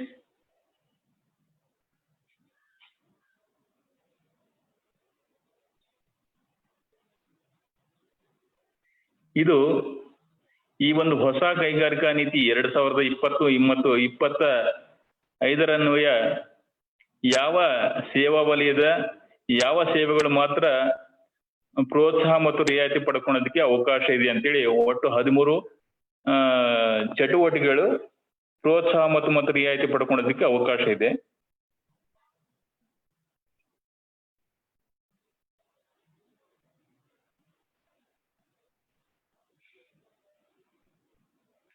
ಇದು ಯಾವ ಚಟುವಟಿಕೆಗಳಿಗೆ ಈ ಒಂದು ಪ್ರೋತ್ಸಾಹ ಮತ್ತು ರಿಯಾಯಿತಿಗಳಿಗೆ ಅನ್ವಯ ಆಗೋದಿಲ್ಲ ಅನ್ನೋ ಒಂದು ಪಟ್ಟಿ, ಸ್ಥೂಲವಾದಂತಹ ಪಟ್ಟಿ.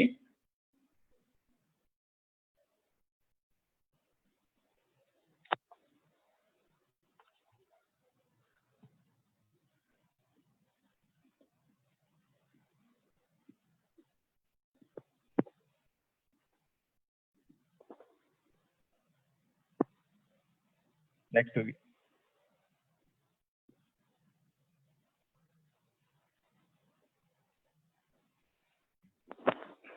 Next,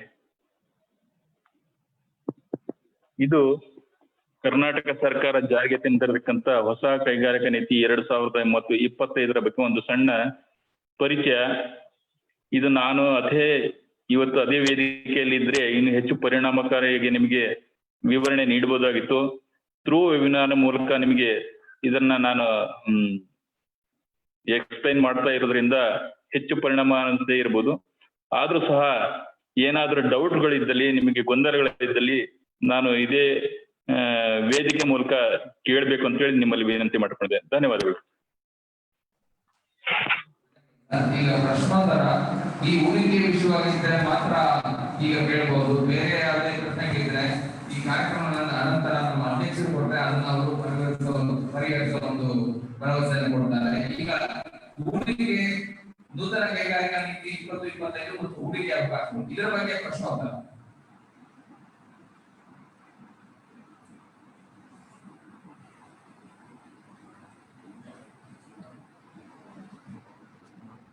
May I request Sri Gokul Das Nayak, Joint Director, District Industry and Center, Mangalore, ಇವರು ಈ ಒಂದು ಎಲ್ಲ ಕಾರ್ಯಕ್ರಮದ ಹೇಳ್ಕೊತಾ ಇದ್ದಾರೆ.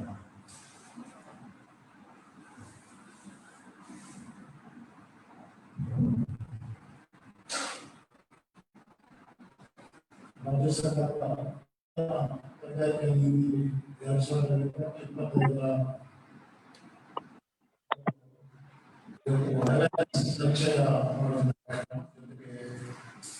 ಇನ್ವೆಸ್ಟ್ಮೆಂಟ್ ಅಪರ್ಚುನಿಟೀಸ್ ಕಾರ್ಯಕ್ರಮವನ್ನು ಕಾಸಿಯಾದ ನೇತೃತ್ವದಲ್ಲಿ ಉಡುಪಿ ಜಿಲ್ಲೆಯಲ್ಲಿ ನಡೀತಾ ಇದೆ. ಕಾಸಿಯಾದ ಸನ್ಮಾನ್ಯ ಅಧ್ಯಕ್ಷರು ಶ್ರೀಯುತ KP ನರಸಪ್ಪ ಅವರೇ, ಅದೇ ರೀತಿ ಇವತ್ತು ಕಾರ್ಯಕ್ರಮದಲ್ಲಿ ಉಡುಪಿ ಜಿಲ್ಲಾ ಕೈಗಾರಿಕಾ ಸಂಘದ ಅಧ್ಯಕ್ಷರು ಕಮಾಂಡಿಸ್ ಅವರೇ, ಹಾಗೆ ಅಲ್ಲಿಂದ ಮತ್ತು ನಮ್ಮ ಕಾಸಿಯಾದ ಗೌರವ ಪ್ರಧಾನ ಕಾರ್ಯದರ್ಶಿ ಜಗದೀಶ್ ಅವರೇ, ಸನ್ಮಾನ್ಯ ಜಯಕುಮಾರ್ ಅವರೇ, ಹಾಗೂ ವಲ್ಲಭ ನಮ್ಮ ನಿಶಾಂತ್ ಮಾಡಿದ್ದಾರೆ. ಇಲ್ಲೆಲ್ಲ ಎಲ್ಲ ಈ ಒಂದು ಸಂಘದ ಮಾಜಿ ಅಧ್ಯಕ್ಷರು ನಾವೆಲ್ಲ ಬಹಳ ಸೂಕ್ತ ಸಮಯದಲ್ಲಿ ಆಗಿರುವಂತಹ ಕಾರ್ಯಕ್ರಮ. ಇದು ಬಹುಶಃ ಪಾಲಿಸಿ ಡಿಕ್ಲೇರ್ ಆಗಿರೋದು ಮತ್ತೆ 13ನೇ ತಾರೀಕು. ಸೊ ಖಾಸಗಿಯವರು ಎಷ್ಟು ಸ್ಪೀಡ್ ಆಗಿ ಅದನ್ನು ಕೈಗಾರಿಕೋದ್ಯಮ ಈಗಾಗಲೇ 4 ಕಾರ್ಯಕ್ರಮ ಆಗಿದೆ. ಮೊನ್ನೆ ಹಾಸನದಲ್ಲಿ ನೋಡಿದೆ ನಾನು. ಸೊ ಅದನ್ನು ಆದಷ್ಟು ಬೇಗ ಇದ್ರ ಬಗ್ಗೆ ಅವೇರ್ನೆಸ್ ಮಾಡಬೇಕು. ನಮ್ಮ ಇಂಡಸ್ಟ್ರೀಸ್ ಅಥವಾ ಬೆನಿಫಿಟ್ ಆಫ್ ಇಂಡಸ್ಟ್ರೀಸ್ ಪಡೆಯಬೇಕು ಅನ್ನೋ ನಿಟ್ಟಿನಲ್ಲಿ ಖಾಸಗಿಯವರು ಒಂದು ಕಾರ್ಯಕ್ರಮ ಮಾಡಿದ್ದಾರೆ. ನಾಳೆ 30ನೇ ತಾರೀಕು ರಾಷ್ಟ್ರೀಯ ಸಣ್ಣ ಕೈಗಾರಿಕೆಗಳ ದಿನ ಅಂತೇಳಿ ಪ್ರತಿ ವರ್ಷ ಆ ಒಂದು August 3 national small industry day ಅಂತ ಮಾಡ್ತಾ ಇದ್ದೀವಿ. ಅದಕ್ಕೆ ಬಹುಶಃ ಆವತ್ತಿನಲ್ಲಿ ಒಂದು ಬಹಳ ಸೂಕ್ತವಾದ ಕಾರ್ಯಕ್ರಮ ಅಂತ ಹೇಳಲಿಕ್ಕೆ ಬಯಸ್ತೇನೆ. ಈ ವರ್ಷ ಜುಲೈ 1, 2020 ಈ ಒಂದು MSME ಕಾನ್ಸೆಪ್ಟ್ ಏನಿದೆ ಅದರ ಡೆಫಿನಿಷನ್ ಬದಲಾವಣೆ ನಮಗೆಲ್ಲ ಗೊತ್ತಿದೆ. ಇನ್ನು ನಾವು ಬಹಳ ಹಿಂದೆ ಹೋದ್ರೆ SSI ಅಂತ ಎರಡೇ ಕಾನ್ಸೆಪ್ಟ್ ಇತ್ತು. ಬಟ್ ಅದು ಕಾನ್ಸೆಪ್ಟ್ MSME ಅಂತ ಬದಲಾವಣೆ ಆಗಿದೆ. ಅದ್ರ ವ್ಯಾಪ್ತಿ ಬಹಳ ಜಾಸ್ತಿ ಆಗಿದೆ. ಇವತ್ತು ಮೈಕ್ರೋ ಎಂಟರ್ಪ್ರೈಸಸ್ ಇನ್ವೆಸ್ಟ್ಮೆಂಟ್ SSA ಅಂದ್ರೆ 10 ಕೋಟಿ ಇನ್ವೆಸ್ಟ್ಮೆಂಟ್, ಅದೇ ಬಿಡಿಎಂ ಅಂದ್ರೆ 50 ಕೋಟಿ ಇನ್ವೆಸ್ಟ್ಮೆಂಟ್ ಅಂದ್ರೆ ಅಪ್ ಟು 50 crores ವರೆಗೆ MSME ಅನ್ನೋದು ವ್ಯಾಪ್ತಿ ಬರ್ತದೆ ಅಷ್ಟು ಇನ್ವೆಸ್ಟ್ಮೆಂಟ್. ಸೊ ಅದಕ್ಕೆ ಬೆಂಬಲ ನೀಡಿ ಇವತ್ತು ಸರ್ಕಾರ ಹೊಸ ಕೈಗಾರಿಕೆ ನೀತಿ 2020-25 ಈಗಾಗಲೇ ನಮ್ಮ ಅಡಿಷನಲ್ ಡೈರೆಕ್ಟರ್ ಅವರು ಅದರ ಬಗ್ಗೆ ಪೂರ್ಣ ಮಾಹಿತಿಯನ್ನು ನೀಡಿದ್ದಾರೆ. ದಕ್ಷಿಣ ಕನ್ನಡ ಜಿಲ್ಲೆ ಮತ್ತು ಉಡುಪಿ ಜಿಲ್ಲೆಗೆ ಸಂಬಂಧಿಸಿದಂತೆ ಕೃಷಿ ವಿಶೇಷ ಅಂದ್ರೆ ಕೈಗಾರಿಕಾ ವಸತಿಗಳ ಮಾತ್ರ ಕೈಗಾರಿಕೆಗಳು ಇರುವುದಲ್ಲ, ಇದರ ಅತ್ಯಂತ ಜಾಸ್ತಿ ಹೊರಗಡೆ ನಮ್ಮ ಗ್ರಾಮೀಣ ದೇಶದಲ್ಲಿ ನಾವು ಹೆಬ್ಬೆ ಕಾರ್ಯಕ್ರಮ ಬಂದ್ರೆ concept of cashew industries, rice mills ಒಂದೊಂದು ಕ್ಲಸ್ಟರ್ಗಳು ಅಲ್ಲೇ ಡೆವಲಪ್ ಆಗಿದ್ದಾರೆ.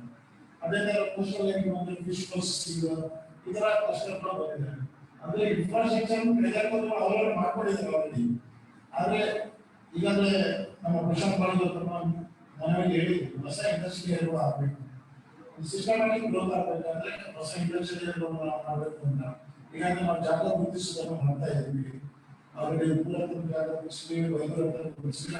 ಕೈಗಾರಿಕಾ ಸಂಘಗಳಿಗೆ ಚರ್ಚೆ ಮಾಡಿ ಹೊಸ ಇಂಡಸ್ಟ್ರಿ ಪ್ರಸ್ತಾವನೆ ಮಾಡ್ತೀವಿ. ಇಲ್ಲಿ ಈಗಾಗಲೇ ಒಂದು ಅಂದ್ರೆ ಕೋವಿಡ್ ಪ್ಯಾಂಡಮಿಕ್ ನಾವೆಲ್ಲ ಬಹಳ ತೊಂದರೆಗಳನ್ನು ಅನುಭವಿಸಿದೆ ಎಲ್ಲ ಕೈಗಾರಿಕೆಗಳು. ಹಾಗಾಗಿ ಸರ್ಕಾರ ಬೇರೆ ಬೇರೆ ಒಂದು ಯೋಜನೆಗಳನ್ನು ತಂದಿದೆ. ನಮ್ಮೆಲ್ಲ ಗೊತ್ತಿರ್ಬೋದು ಆತ್ಮನಿರ್ಭರ್ ಯೋಜನೆ ಅಂದರೆ ಈಗಾಗಲೇ ಗ್ಯಾರಂಟಿ ಎಮರ್ಜೆನ್ಸಿ ಕ್ರೆಡಿಟ್ ಆಗಿ GEC ಅಂತ ಒಂದು ಲೋನ್ ಅಕ್ಟೋಬರ್ ಚಾಲ್ತಿಯಲ್ಲಿದೆ. ಅದರ ಬೆನಿಫಿಟ್ ಅನ್ನು ಈಗಾಗಲೇ ಈ ಜಿಲ್ಲೆಯಲ್ಲಿ ಸುಮಾರು 90,000 ಯೂನಿಟ್ಗಳು ಪಡ್ಕೊಂಡಿದ್ದಾರೆ. ಇನ್ನು ಬಾಕಿದವರಿಗೆ ಇನ್ನೂ ಟೈಮ್ ಇದೆ, ನಾಳೆ ಅಕ್ಟೋಬರ್ 31. ಜೊತೆಗೆ ಹೊಸದಾಗಿ ಮೊನ್ನೆ ಅನೌನ್ಸ್ ಆಗಿದ್ದು prime minister formalisation of micro enterprises ಅಂತ.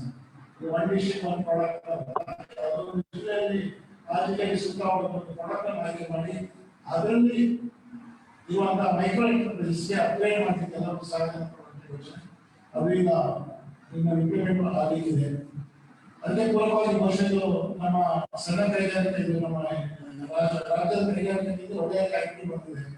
ಈಗೆಲ್ಲ ಸ್ವಲ್ಪ ತೊಂದರೆಗೆ ಹೋಗಿ ಏನಾದ್ರು ಕೈಗಾರಿಕೆ ಕ್ಷೇತ್ರಕ್ಕೆ ಖಂಡಿತ ಒಂದು ಬೂಸ್ಟ್ ಕೊಡ್ತದೆ ಅಂತ ಹೇಳಿ ಈ ಸಂದರ್ಭದಲ್ಲಿ ಹೇಳ್ತಾ ನಾವು ಏನಾದರೂ ಅಥವಾ ಏನಾದ್ರು ಕಾಲೇಜ್ ಇದ್ರೆ ಖಂಡಿತ ನಾವು ಯಾವತ್ತು ಕಾಂಟ್ಯಾಕ್ಟ್ ಮಾಡಬಹುದು.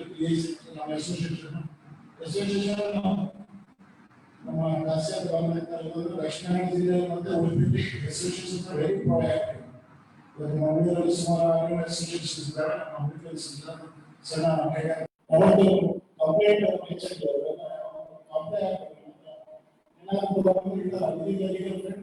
ಕೆಲಸ ಮಾಡ್ಕೊಳ್ಳಿ. ಏನೇನಿದ್ರು ನಾವು ಪ್ಯಾಂಡಮಿಕ್ ಒಟ್ಟೊಟ್ಟಿಗೆ ಕೆಲಸ ಮಾಡ್ತಿದ್ವಿ. ಅವ್ರಿಗೆ ಕೇಸಸ್ ಇಟ್ಕೊಂಡು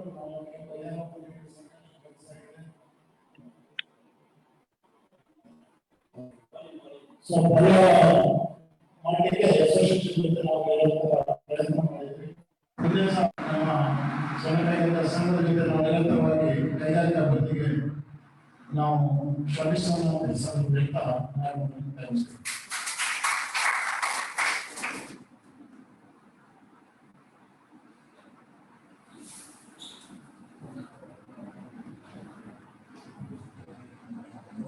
ಕರ್ನಾಟಕ ಸಣ್ಣ ಕೈಗಾರಿಕಾ ಸಂಘ ಮತ್ತೆ ಜಿಲ್ಲಾ ಕೈಗಾರಿಕಾ ಕೇಂದ್ರ ಉಡುಪಿ ಮತ್ತು ಜಿಲ್ಲಾ ಸಣ್ಣ ಕೈಗಾರಿಕಾ ಸಂಘ ಉಡುಪಿ ಇವರ ಜಂಟಿ ಸಹಯೋಗದಲ್ಲಿ ನೂತನ ಕೈಗಾರಿಕಾ ನೀತಿ 2020-25 ಮತ್ತು ಹೂಡಿಕೆಗೆ ಅವಕಾಶಗಳು ಇದರ ಕುರಿತು ಅರಿವು ಮೂಡಿಸುವ ಕಾರ್ಯಕ್ರಮಕ್ಕೆ ಸಹಕಾರ ಮತ್ತು ಬೆಂಬಲವಿದ್ದ ಶ್ರೀಮತಿ ಆರ್ ವಿನೋದ್ ಪ್ರಿಯಾ, ಭಾರತೀಯ ಆಡಳಿತ ಸೇವೆ ನಿರ್ದೇಶಕರು, MSME ನಿರ್ದೇಶನಾಲಯ, ಕರ್ನಾಟಕ ಸರ್ಕಾರ ಇವರಿಗೆ ನಿಮ್ಮೆಲ್ಲರ ಅಧ್ಯಕ್ಷರ ಪರವಾಗಿ ಇಷ್ಟಪಡ್ತೀನಿ.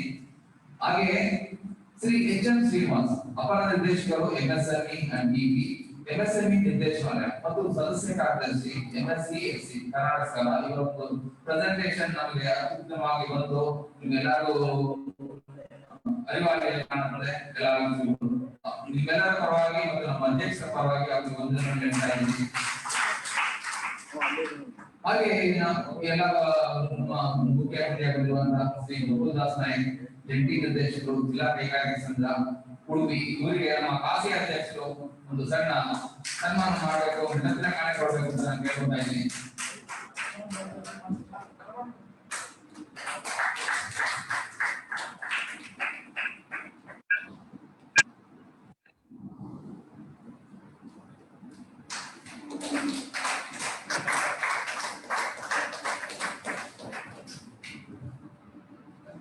ಹಾಗೆ ಶ್ರೀ ಐಆರ್ ಫರ್ನಾಂಡಿಸ್ ಅಧ್ಯಕ್ಷರು ಡಿಎಸ್ಐ ಉಡುಪಿ, ಇವರಿಗೂ ಸಹ ನಮ್ಮ ಕಾಸಿಯ ಅಧ್ಯಕ್ಷರಾದ ಶ್ರೀ ಕೆವಿ ಅರಸಪ್ಪ ಅವರು ಒಂದು ಕಿರು ಸನ್ಮಾನ ಮಾಡುವ ನೆನಪಿನ ಕಾಣಿಕೆ ಕೊಡಬೇಕು ಅಂತ ಕೇಳ್ಕೊಂಡಿದ್ದೇನೆ. ನಾವು ಎಲ್ಲ 12,000 ಸದಸ್ಯರ ಪರವಾಗಿ ನಿಮಗೆ ಒಂದು ಸಣ್ಣ ಸನ್ಮಾನವನ್ನು ಮಾಡ್ತಾ ಇದ್ದೇವೆ.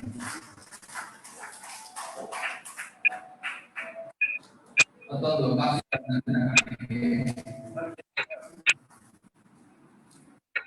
ಹಾಗೆ ನಮ್ಮವರಾದ ಶ್ರೀ ಕೆ ಬಾಳಿಗ ಇವರು ಕಾಸಿಯ ಕೌನ್ಸಿಲ್ ಮೆಂಬರ್ ಮತ್ತು ಪ್ಯಾನಲ್ ಅಧ್ಯಕ್ಷರು ಗ್ರಾಮೀಣ ಅಭಿವೃದ್ಧಿ ಉಡುಪಿ, ಇವರು ಸಹ ಕಾಸಿಯ ಅಧ್ಯಕ್ಷರು.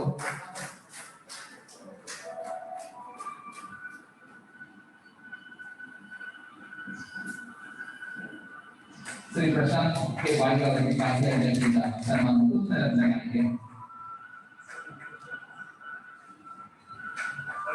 ಹಾಗೆ ಶ್ರೀ ವಲ್ಲಭ ಭಟ್ ಪ್ರಧಾನ ಕಾರ್ಯದರ್ಶಿಗಳು ಟಿಎಸ್ಐ ಉಡುಪಿ, ಇವರಿಗೂ ಸಹ ನಮ್ಮ ಅಧ್ಯಕ್ಷರು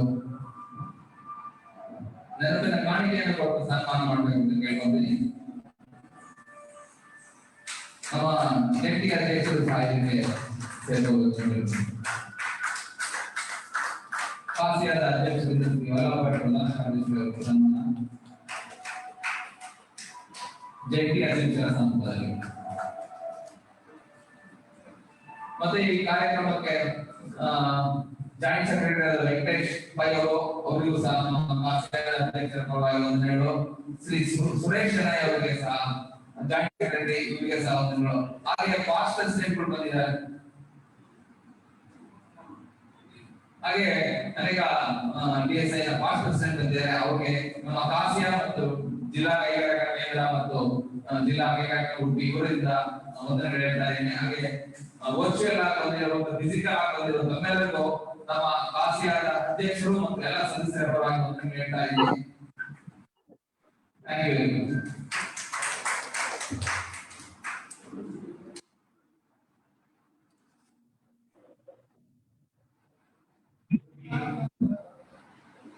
ಜಿಲ್ಲಾ ಸಣ್ಣ ಕೈಗಾರಿಕಾ ನಾನು ನಮ್ಮ ಅಧ್ಯಕ್ಷರಿಗೆ ಕೇಳಿಕೊಳ್ತೇನೆ.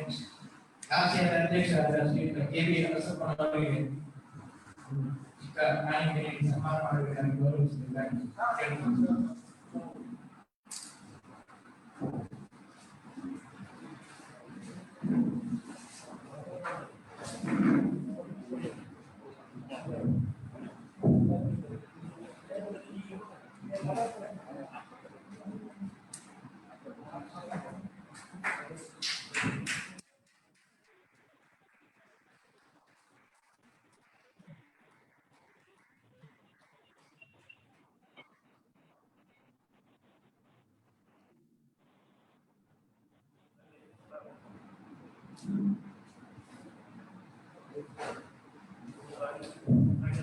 ಹಾಗೆ ರಾಜ್ಯ ಗೌರವ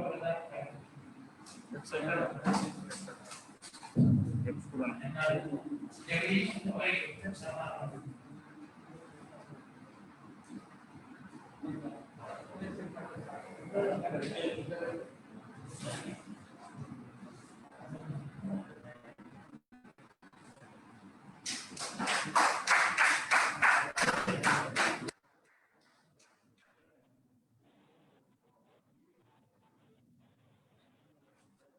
ಹಾಗೆ ಜಂಟಿ ಕಾರ್ಯದರ್ಶಿಗಳು ಶ್ರೀ ಸಿ.ಎನ್. ಜಯಕುಮಾರ್ ಅವರಿಗೂ ಸನ್ಮಾನ ಮಾಡಬೇಕು ಅಂತ ಅಧ್ಯಕ್ಷರಿಗೆ